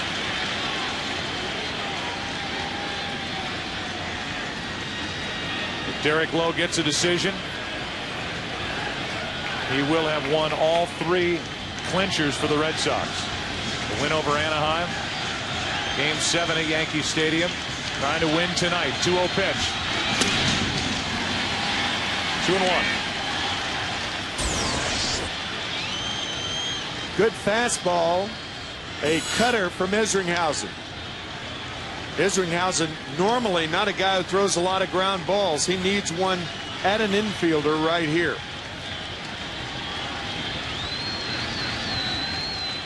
On 2-1, bases loaded, nobody out. Millar, big rip, fouls it back.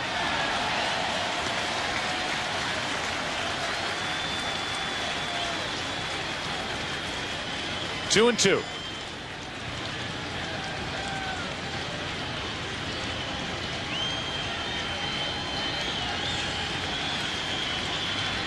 Isringhausen needs a strikeout.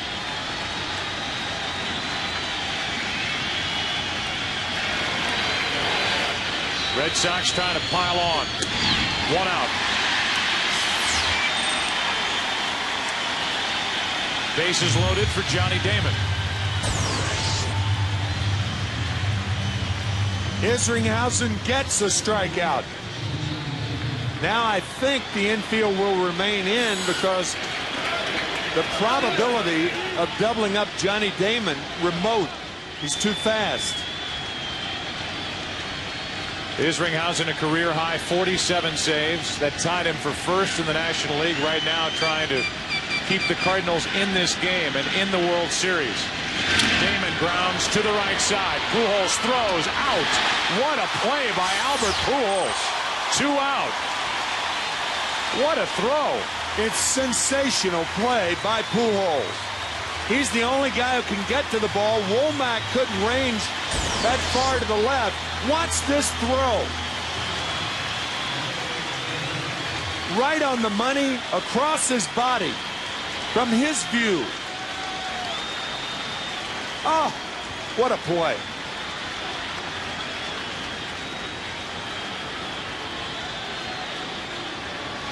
That is twice tonight. Pujols has thrown out a runner at the plate, this time a force out.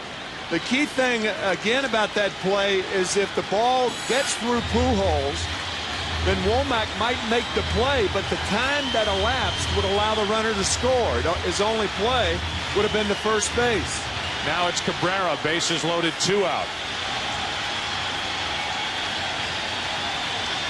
Cardinals looking for a lift, and Isringhausen trying to provide it. Smothered by Molina, ball 1. St. Louis in the bottom of this 8th. Molina, the scheduled leadoff hitter. Then Sanders, then Womack. The big bats for St. Louis will come to the plate before the end of the night. And Bronson Arroyo, it appears, will take over in the bottom of this 8th.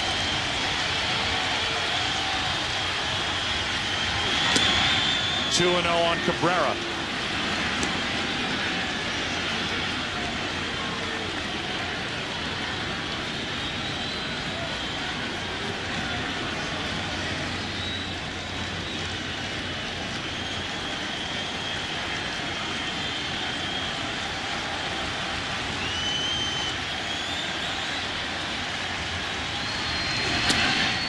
Go to first, too late, and it's 3-0 on Orlando Cabrera at the plate.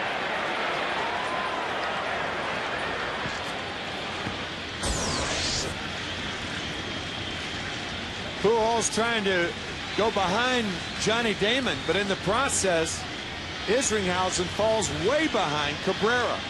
He may take 2 fastballs. On 3-0, 3-1.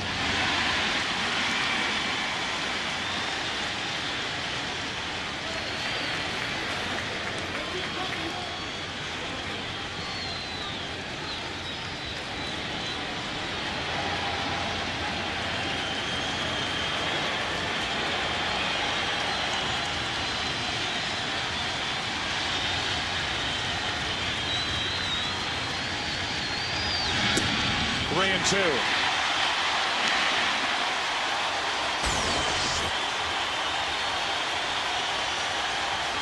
taking all the way.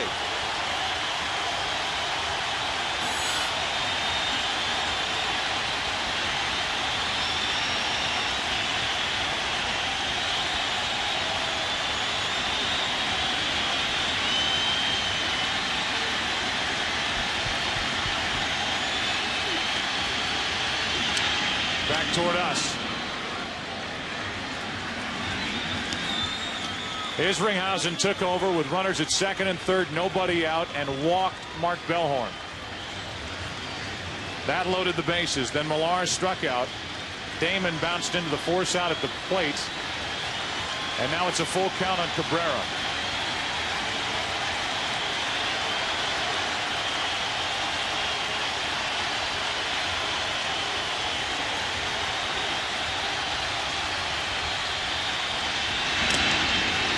Cabrera up there battling.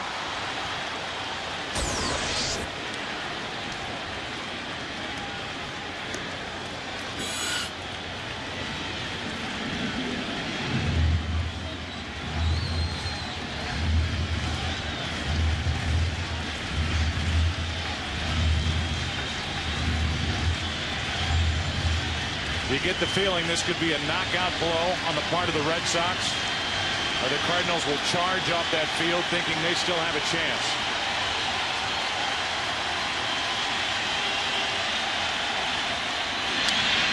Good at bat by Cabrera. He has had 3 solid swings after running the count to 3-2.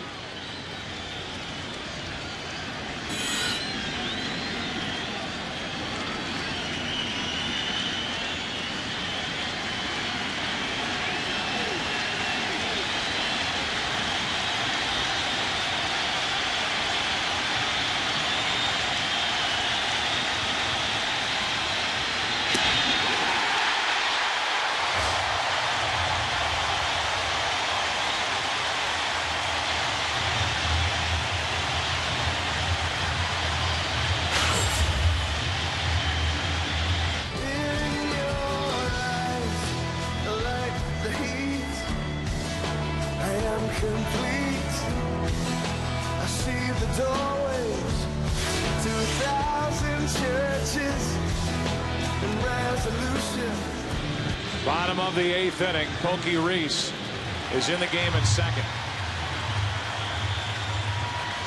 Gabe Kapler is in right field. And the new pitcher is Bronson Arroyo.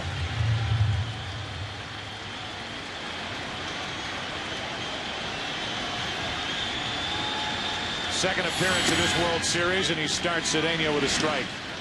Cedeno batting for Molina, with Reggie Sanders on deck, and then Womack.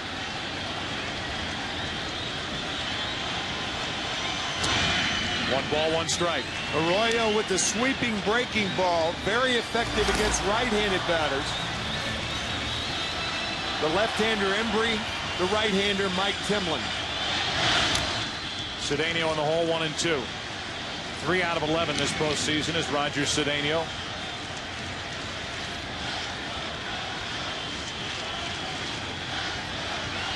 Terry Francona showed a lot of confidence in Bronson Arroyo in the ALCS. Pitched him in Game 1 of this World Series, now back, leading 3-0 in the 8th inning of Game 4. And that caught the home plate umpire, Chuck Merriweather.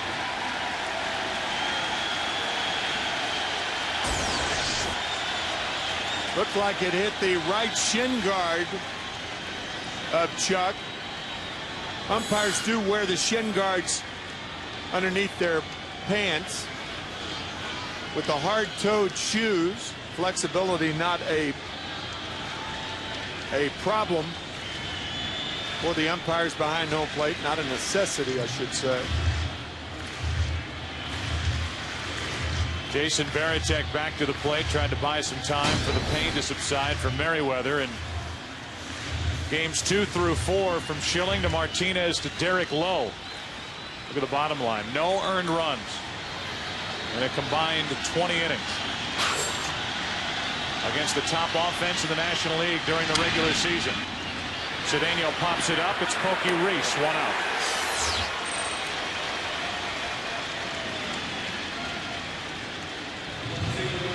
So the leadoff man is gone for St. Louis, and Reggie Sanders trots to the plate.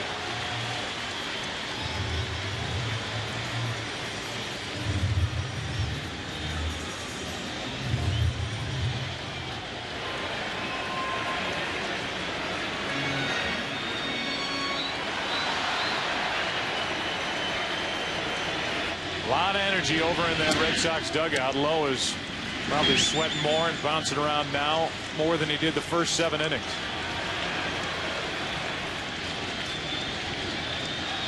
One ball, no strikes on Sanders. Foul. 1-1.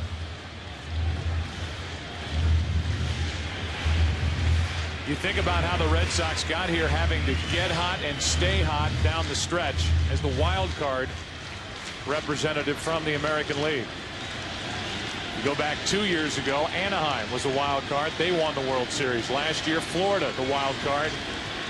They beat the Yankees in the World Series. The 1-1. Strike 2 from Arroyo. Cardinals ran away and hid in the Central Division. Beat Houston by 13 games. Got a chance to rest players down the stretch. The Red Sox had to stay hot. And they have, for the most part, remained hot. They took care of Anaheim in 3 straight. They fell down 3 games to none to the Yankees, but they've won 7 straight since then. Yeah, everything's been straight. They won 3 straight, lost 3 straight, won 7 straight.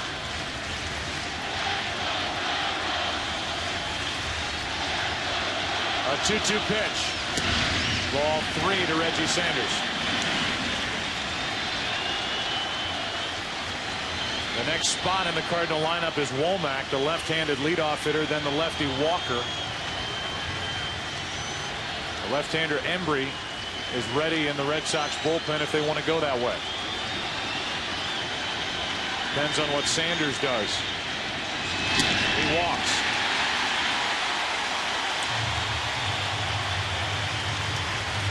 And that'll be it for Arroyo.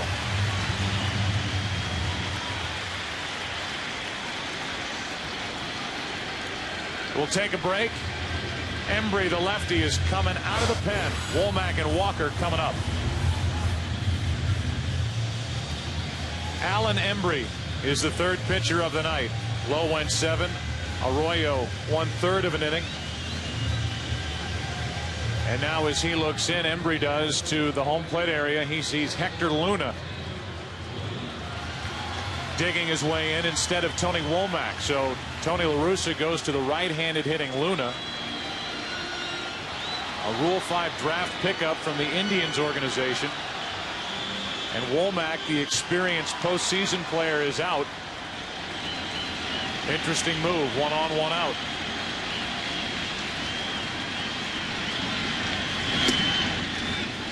Strike 1.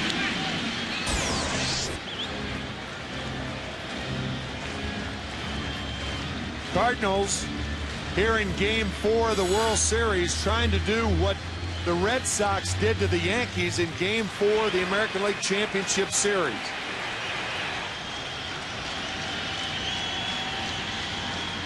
What a jump by Sanders. And Embry was watching him take second the entire time. Well, he accomplished 2 things there. He sees you running. A huge risk on Reggie Sanders' part. Not only do you get second base, but the pitch is a ball to Luna. So Sanders walks and steals second.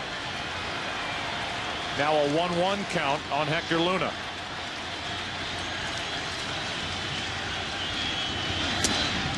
Two balls and a strike.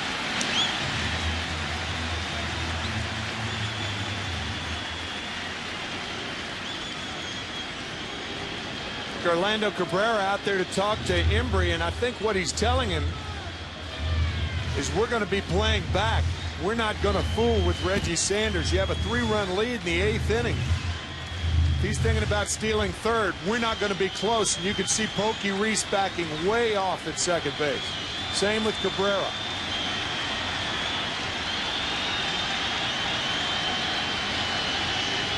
The 2-1. 2-2. Here's a guy, Hector Luna, who's 24 years old. Never played higher than Double-A baseball. Last year was at Akron, hit .297. This year with the Cardinals in part-time duty, hit .249. Started only 37 games all year, and he's up one of the most important at-bats in 2004 for Tony La Russa.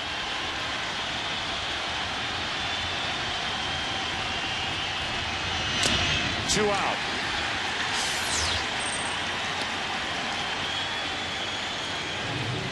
And Larry Walker will be the hitter, and Tony La Russa, I'm sure, will be asked about the decision to lift Womack with all of his postseason experience, even with a left-hander on the mound in Alan Embry. Embry with 5 straight fastballs to get Hector Luna. Nothing fancy about Alan Embry. I don't think any of the Cardinals will see any breaking balls from Embry. All heat. Larry Walker now. Strike one. So you know, Womack in his career 1 for 7 against the left-hander Embry. Larry Walker 3 out of 6. Timlin getting loose with Pujols on deck. If Pujols bats in this 8th inning, he'll represent the tying run.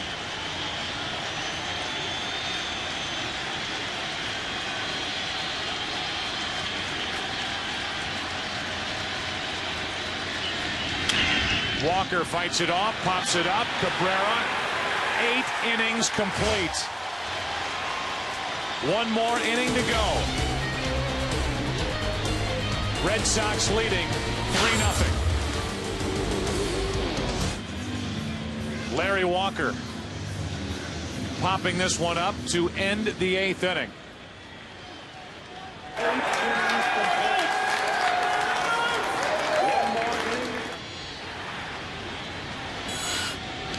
Celebrating in Baghdad, Iraq. The Red Sox fans there. And Manny Ramirez digs his way in to start the 9th.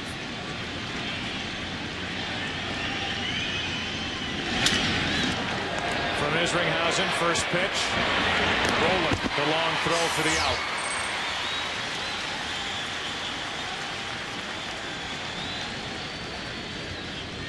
Base is empty for Doug Minkiewicz, who came in as a defensive replacement for Ortiz in the 7th.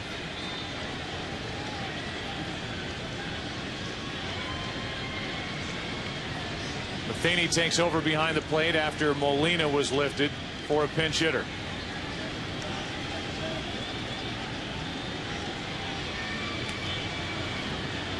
Dan Shaughnessy of the Boston Globe wrote a piece as Minkiewicz takes a ball from Isringhausen, talking about while these games are unfolding and while right now the Red Sox are 3 defensive outs away from winning the World Series, how many people across New England are thinking about loved ones who spent their entire lives rooting for the Boston Red Sox, wishing one day they would see them win the World Series. Larry Walker comes in to get it, 2 out. The Red Sox have led from the first batter on, and our Polar Express play of the game. That Express off the bat of Johnny Damon. 2 more for Boston in the 3rd inning, and they lead 3-0 here in the top of the 9th. Generations have passed in New England with Red Sox fans not seeing a World Series championship for their beloved Boston Red Sox. There's Dan. 2 out here in the top of the 9th. Varitek at the plate. What a leader Varitek has been all year. 1 ball, 1 strike.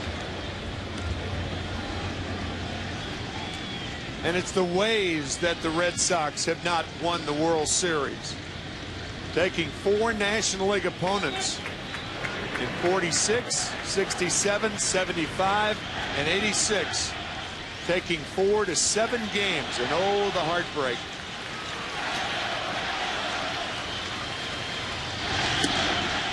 Varitek takes a breaking ball for strike 2.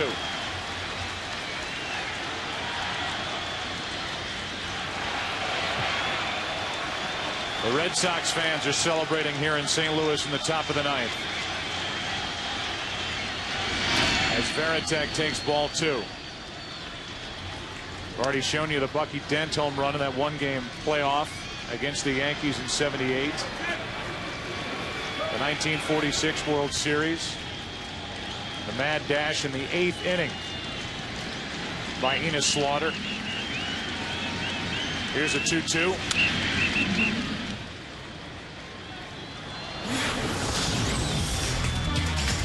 The 1986 World Series Game 6, the Buckner play.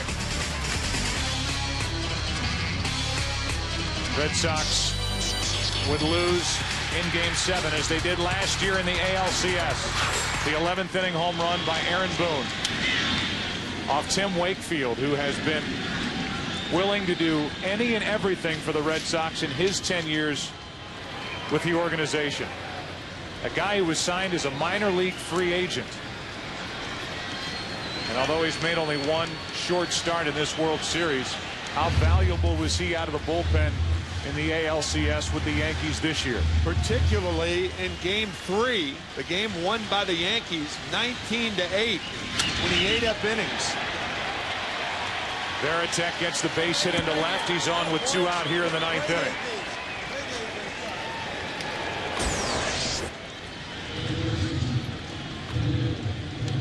It was December of 1919, after that 1918 World Series victory, that Harry Frazee sold Babe Ruth to the Yankees. But Ruth wasn't the only one to go. Pennock went, Wade Hoyt, Carl Mays, and then the next year Ed Barrow went from the Boston Red Sox organization to the Yankees. And it was with Barrow running that organization that the Yankees built those great teams in the early 1920s. The Red Sox have not won the World Series for 86 years. They lead 3-0 of 3 games to nothing here in Game 4. And that will send Game 4 into the bottom of the 9th inning. Last chance for the Cardinals, trying to do something against the Red Sox pitching. Bottom of the 9th inning. Part of the order coming up for St. Louis. 3-0 Boston. Albert Pujols is getting set to lead off the bottom of the 9th inning. 3-0 Boston. Here is the Gillette Mach 3 power home run hitter, Albert Pujols. This postseason, 6 home runs, 4 in the NLCS, where he was the most valuable player. But against Red Sox pitching in this World Series to this point, he is 4 out of 14 without an RBI. And Keith Foulke comes in to try and close it.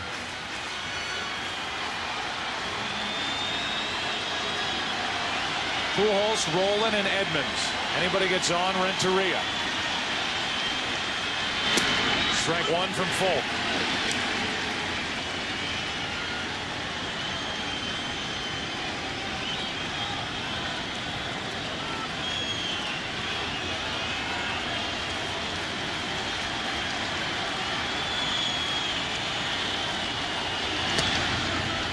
With flash bulbs popping around the park, 1 ball, 1 strike. The combination of Walker, Pujols, Rowland, and Edmonds hitless tonight.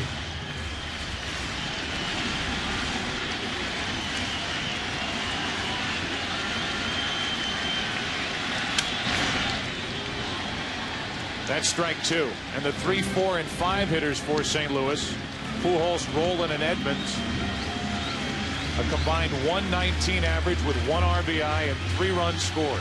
It has been a postseason where ordinary folk has been extraordinary folk. His 1-2 pitch.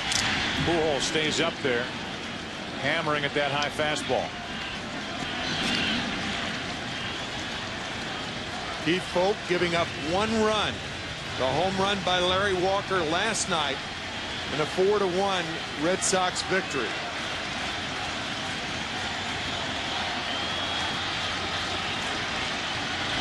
Pujols gets it started with a hit. Right through the legs of Folk. Is that the start the Cardinals need? They need one more base runner to have a chance in the ninth. With Edmonds on deck and Rolen, who is hitless in the World Series, at the plate right now.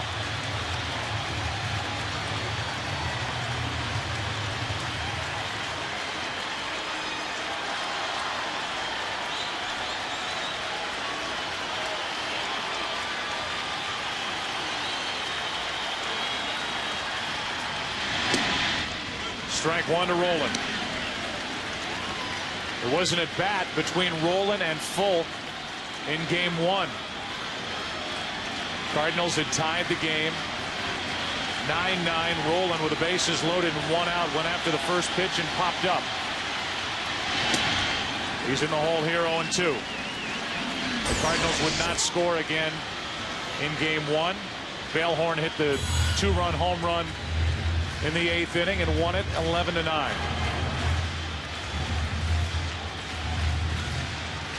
So a rematch for Rolen against the Boston closer.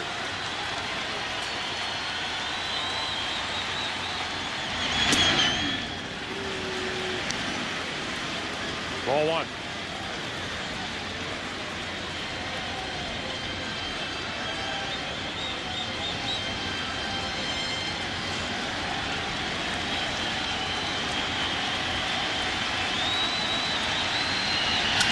Rolen hits it in the air to right center field. Kepler, 1 on, 1 out.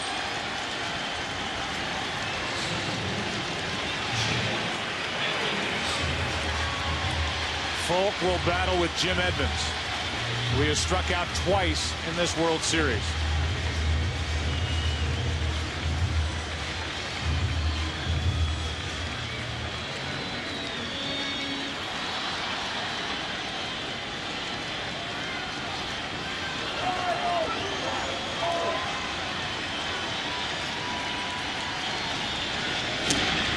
Strike one.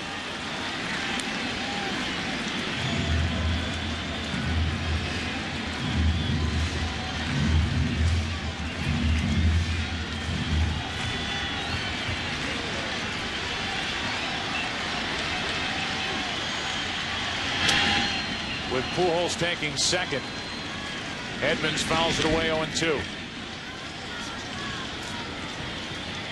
John Henry, the principal owner, Tom Warner, the chairman, seated next to each other in the stands here in St. Louis.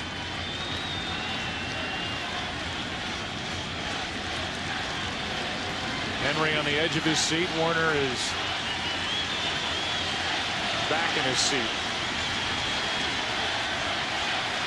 0-2 on Edmonds.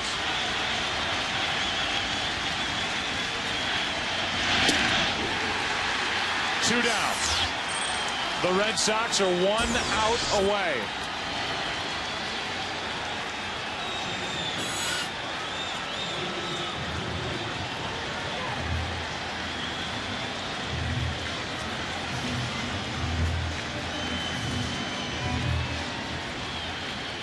Edgar Renteria, 2 out of 3 tonight.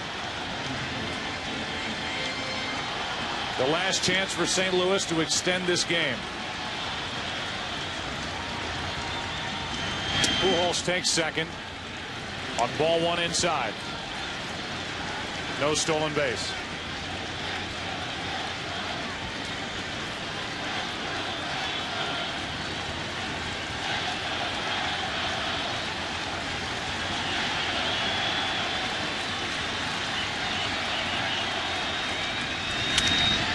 Folk. Red Sox fans have longed to hear it. The Boston Red Sox are world champions.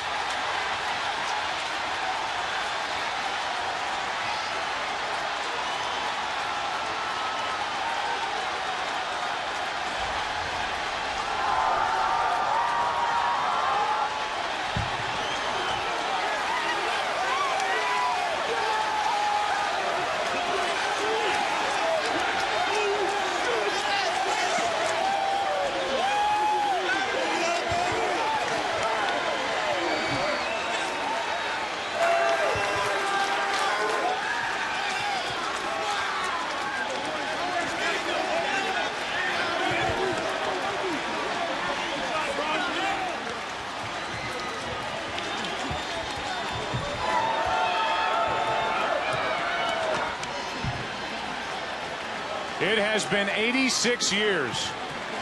Generations have come and gone. And for the first time since 1918, the Boston Red Sox are champions of baseball.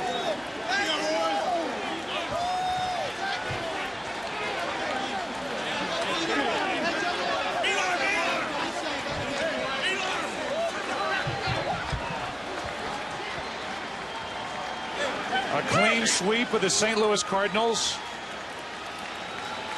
A dominating effort by the Red Sox in this World Series. And the Red Sox celebrate in the middle of the diamond here at Busch Stadium.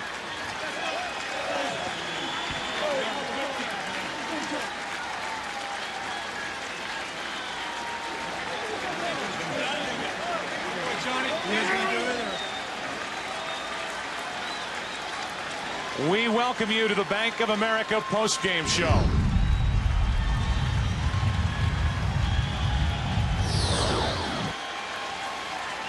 Let's go down in the middle of that mess to Chris Myers. All right, Joe, the historic march completed with Johnny Damon.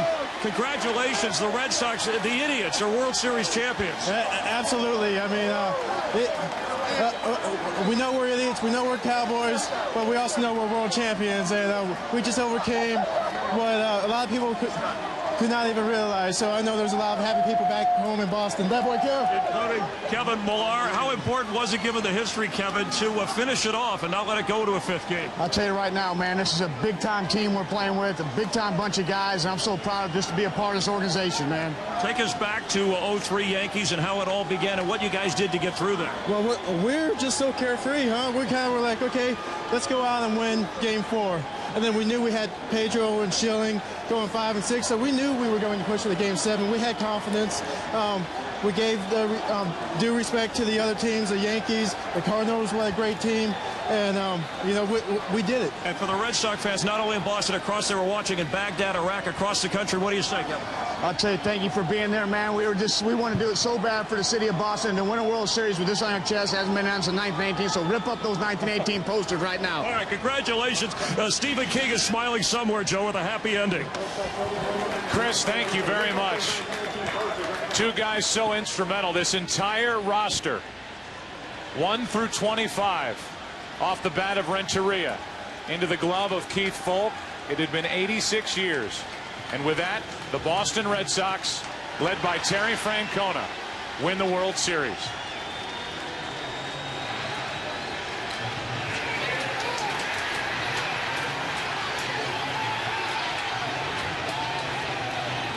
Touching off a celebration here in St. Louis, throughout New England, and for Red Sox fans around the world.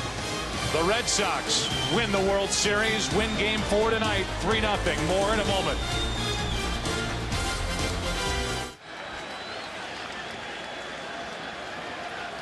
We welcome you back to the Bank of America post-game show. Here in St. Louis, where the Boston Red Sox and those fans who made the trip here celebrate. Let's go down to Jeannie Zalasko. Well, Joe Buck, thank you very much. Of course, the championship trophy to be given away in mere moments. But first things first, I think we're giving it away here. The Commissioner of Baseball, Bud Selig, to hand out the MVP trophy. Thank you, Jeannie.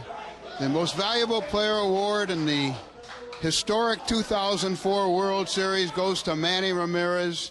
Red Sox in an 8-game winning streak. Manny with a 17-game hitting streak through all this. Manny, it was a tremendous performance. I congratulate you, the most valuable player in the 2004 World Series. Congratulations. Congratulations, sir. Pick up the hardware. So many Boston Red Sox, as we sat up in the press box, so many guys on this team that we could have been handing this hardware to, but a phenomenal season for you, phenomenal postseason. You said unfinished business this season, and you accomplished it. Exactly, you know, first, you know, it was a lot of negative stuff, you know, I was going to get traded, but, you know, I keep my confidence on myself, and I believe in me, and I did it, you know, I'm just blessed, and, you know, I proved a lot of people wrong, you know, I know I could do this, and thanks God, I did it. You believe in curses, sir? I don't believe in curse. I think you make your own destination, and we did it. You know, we believe in each other. We went out there, we played relaxed, and we grinded out, and we did it. What do you say to the Boston Red Sox fans that have waited 86 years for a championship? We won, Alex, but you know, now I'm in Boston and I love you guys. You guys are the best. All right, it worked out pretty well. We'll let you go celebrate with the team, and we will be coming back, Joe, with the championship trophy in just a few moments. All right, Jeannie, thank you. So many Red Sox fans are here celebrating, and moments ago, Kevin Kennedy had a chance to visit with tonight's starter and winner. How good has Derek Lowe been? Here's Kevin. Derek Lowe, can you believe this? First time since 1918, and you become the winning pitcher, perhaps the biggest game in your lifetime. Yeah, it's an unbelievable feeling. You know, this is a tremendous feat. You know, we were 10 days ago, we were down by, you know, three games, and we were down by 4-3 against the ultimate closer in Rivera, but we found a way. And you know, I think you saw with Anaheim. You know, when a team gets on a roll, especially in postseason, we feed off each other, and unbelievable. You know, no more going to Yankee Stadium and having listened to 1918. Finally, I said perhaps the biggest game because you had to pitch a big one to get here first and beating the Yankees in that 7th game. Yeah, I think just, you know, the experience of being for the Red Sox. You know, we've sorry about that. There goes the owner. But you know, pitching in so many big games with this organization, you know, every game gives you more confidence, and today was no different. You know, I got to thank the scouting department and Veritek for having a great game plan. I know it's a little early, but you pitched the 2 best games of the season in fine fashion. What's the future for you? I don't know. You know, I'd love to stay in Boston. I've said it long, but you know, Pedro did the same thing last night, and so you know, hope to God we all stay. All right, congratulations, Derek. Go celebrate. All right, let's go back to you. Kevin, thank you very much. The streets of Boston, Massachusetts, as they celebrate up in New England. We continue here in St. Louis and send it once again to Jeannie Zelasco. Yes, an 8-decade curse of Boston baseball, tormented souls, generation after generation after generation that can rest easy tonight. You've waited a long time for this, so let's not wait any longer. 86 years in the making. The words you wanted to hear from the commissioner of baseball, Bud Selig. Thank you, Jeannie, and congratulations to Larry Lucchino, John Henry, Tom Werner, Theo Epstein, Terry Francona. This was a historic World Series, and I congratulate Red Sox Nation for their patience and for everything. You got a lot to be happy for. Congratulations to the world champion Boston Red Sox. Let's get the hardware up here. You waited a very long time for this. Mr. Werner, Mr. Henry, Mr. Lucchino, Mr. Epstein, gentlemen, congratulations. Mr. Henry, I will ask you first.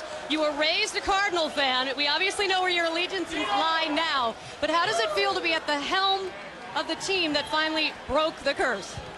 Well, last week we all watched the greatest comeback in the history of sports, and this week every fan across the country, across the world, in New England especially, all of our fans have waited all their lives for this night, and it's finally here.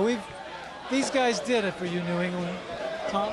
Mr. Werner, yes. What do you say to these fans that have waited a whole lifetime for this moment? Well, you know, they've yearned for this, and we know people who are 90 years old who have just said, just one championship before I die. And so this is for them. This is for little leaguers and all across New England. But I also want to thank Theo Epstein and Terry Francona. This organization was remarkable, and they were 11-3 in the postseason, so it was just a remarkable run.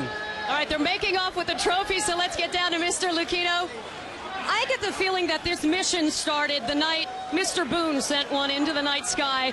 You got rid of a manager, you brought in a stopper, you brought in a closer. Can you talk about this mission and even the trade of maybe the most popular Red Sox since Ted Williams? Well, the mission started when we first acquired the team. We knew that the major success would be winning a World Series championship. Our fans made that clear to us. And I'd like to take a moment just to congratulate the Cardinals. They had a sensational season. Bill DeWitt and the Cardinals. Here it comes, sir. Fabulous season. Oh, no. Yeah, I was trying to warn you. I was trying to help you. You know what? We've waited 86 years for this. 86 years. What's a little bubbly? Theo, before you are too drenched here, could you have imagined this when you were trailing the Yankees 0-3? No, it was unbelievable. You don't come back from 3-0 against the Yankees for yourself. You do it for the other 24 guys. These guys care so much about each other. This is what makes it so special. So happy for him. All right, the questions we all want to know. You got a lot of free agents out here, guys that made a big impact. I know you don't want to hear it. Veritek, Pedro, Lowe. I mean, I could keep going down the list. What are you guys thinking? That's a question for another day. Right now, I just want to... Way to go, baby. Kurt Schilling making his way up here. You know, we'll deal with that later. Right now, I just want to say congratulations to all the Red Sox fans. Thank you for everything. Go celebrate. We'll do it again next year. All right, congratulations. All right, Joe, back to you. All right, Jeannie, thank you. The celebration continues in that clubhouse, and they earned every bit of it, outplaying the Cardinals every facet of the game in this World Series. And in the end, it was a shutout win, only a 4-hitter. Pedro last night, Derek Lowe in the bullpen tonight, and a 4-game sweep by the Red Sox. More after the break from St. Louis.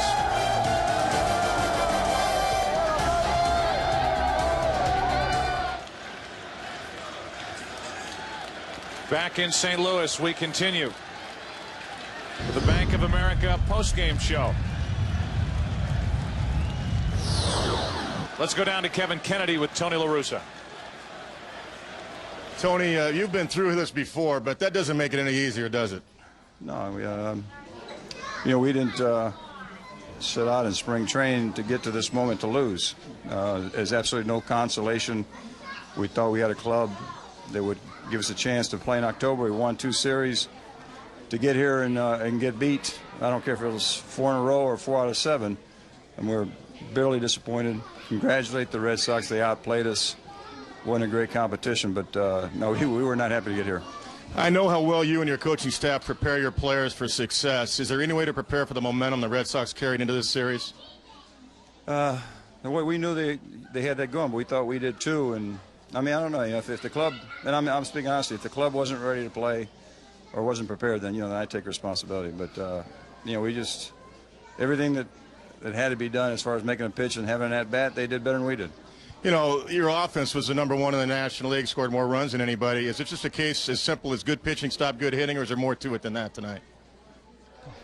Yeah, I think you almost have to really, be where you are, where you see the tape. I kept trying to watch the tape after the games. I think that a lot of key moments when they had to make a pitch, they did, and we didn't have enough to swing at. But I also think that there were times that we got frustrated. We came off pitches and didn't do as much as we could have. So, like I say, overall, I think we went about it the right way. I mean, I told it, sit inside. In all years, I've never enjoyed a club more than this, and I've heard enjoyed other ones like this, and it's been a great group to be around, but we didn't get here to lose. In a 7-game series, there's always a turning point or two. Was a turning point perhaps the mistake on the bases last night? I think, Kevin, there's probably 2 of them. I think we had a chance to steal the first game, and letting that one get away was huge against us. Kept feeding them, we could have maybe slowed them down some. And then yesterday in that ball game, because we were separating every game, I'd like to have taken the lead, and then you don't know what happens. But what ended up happening by not doing it was ugly. Tony, you've done a great job here. What's the future for you and for this ball club in the next year? Well, I know these guys, and they need to recuperate all winter long. But they're so strong between the ears that in a tough division, I think we'll have a great chance again next year. Thank you so much for your time, Tony. Good luck next year. All right, let's go back to you. All right, Kevin, thank you very much. A live shot of Boston as they celebrate in the streets. Lansdowne and Ipswich. We go down to Jeannie Zelasco. Well, as always, there are 2 sides to every story. Terry Francona on the winning side of things. Sir, congratulations. Thanks, Jeannie. Thanks so much. We talk so much about your bench, the hair, just, you name it. They're idiots. Cowboy up. So many things when you think about this club. What was the difference in this clubhouse? You know what? As unique as everybody was, they came together as a ball club. Nobody did anything to be different. They all did it as a ball club. And you can ask me a million questions, but when you just saw that picture of those people going crazy, that says it's a lot better than I could. All right, you said nobody did anything to be different, but there's a guy over there on your left shoulder. Hello, the ankle looked good getting up here. You got it, sir. Congratulations. You win a world championship, I guess the pain doesn't hurt so bad. No. You doing okay? No matter how, I'm doing great. I'm so proud. I'm so happy. I'm happy for the fans in Boston. I'm happy for Johnny Pesky, for Bill Buckner, Stanley and Schiraldi and all the great Red Sox players who can now be remembered for the great players that they were. And I'm so proud of being on the greatest team that's ever played in Boston Red Sox history. What does it feel like to be you? Because you came here saying this is what you wanted to do. You love the history of this game. You were on the team that helped break the curse. Exactly. I was on the team. I was part of this team. I was part of the team that finally did it. From John Henry and Tom Werner to Theo Epstein to Jousey and Galen, our advanced scouts, to the medical staff, all the way through this organization. This was an absolute organizational effort. They put together a championship club, and we went out and we won a championship. All right, how different is this from your first World Championship? I don't know. That's too much for me to process right now. All right, finally, I got to ask you. Everyone wants to know if this had to go to a Game 6, would you have been able to go? I'm going to take the 5th on that. I'm going to go out and drink and enjoy. Take the 5th, take 2 or 3 days. You got surgery. Thank you. Get to surgery. Joe, back to you. All right, Jeannie, thank you. And our thanks to the guys for sticking around to talk. Amidst their celebration here in St. Louis, Sweet Caroline. They play it at Fenway Park, and we'll play it for you here from St. Louis. Total joy. Final thoughts in a moment from Busch Stadium as the Red Sox are world champs. We welcome you back to the Bank of America postgame show. It has been 86 years. We've talked about that really from the beginning of the postseason. We did it last year, and we did it again this year, and certainly from the beginning of this World Series. I'm Joe Buck. That's Tim McCarver. And one guy I want to talk about first is Terry Francona and the job that he did managing this group. They like to call themselves idiots, but they're not idiots. This is a group that from 1 to 25 on that roster, Terry Francona used brilliantly to get to this point. A first-year manager that, just like Arthur Fiedler and the Boston Pops, he conducted that bullpen with aplomb. He is to be congratulated. And when you think of a guy like Manny Ramirez, what happened to him last winter? He was waived by 29 teams. 29 teams had a chance to sign him. They didn't. They tried to trade him. They didn't. And here he is, the most valuable player in the World Series. I thought what Curt Schilling said was very poignant, and that is for players like Ted Williams and Carl Yastrzemski and Jim Rice and Bobby Doerr, Carlton Fisk. I mean, the list goes on and on. Great players for the Boston Red Sox, players that the fans in New England loved and cherished, never got the opportunity to taste this World Championship, and these guys are thinking about them right now. 86 years covers an awful lot of players. So you think about this Boston Red Sox team and where they were 10 days ago. They were down 3-0 to the New York Yankees, and I think it's only fitting that this group, this fun-loving, reckless group, stared history right in the eye, gave it a little wink and said, you want to see us win 4 straight? We'll win 4 straight. And then they won 4 more straight over the Cardinals in this World Series. 8 in a row at the end of the postseason. And while it's been 86 years, the fans in New England can celebrate a World Championship. This Boston Red Sox team earned it. We're going to show you a list of all the names of the people who, over the past couple of weeks, 3 weeks, have been lugging equipment back and forth, a lot of late hours. So many people that work so hard to bring you these games, and we're so proud of each and every one of them. On behalf of Chris Myers and, of course, Tim McCarver, Jeannie Zelasco, and Kevin Kennedy, I'm Joe Buck. This could very well be the beginning of a new golden age for the Boston Red Sox.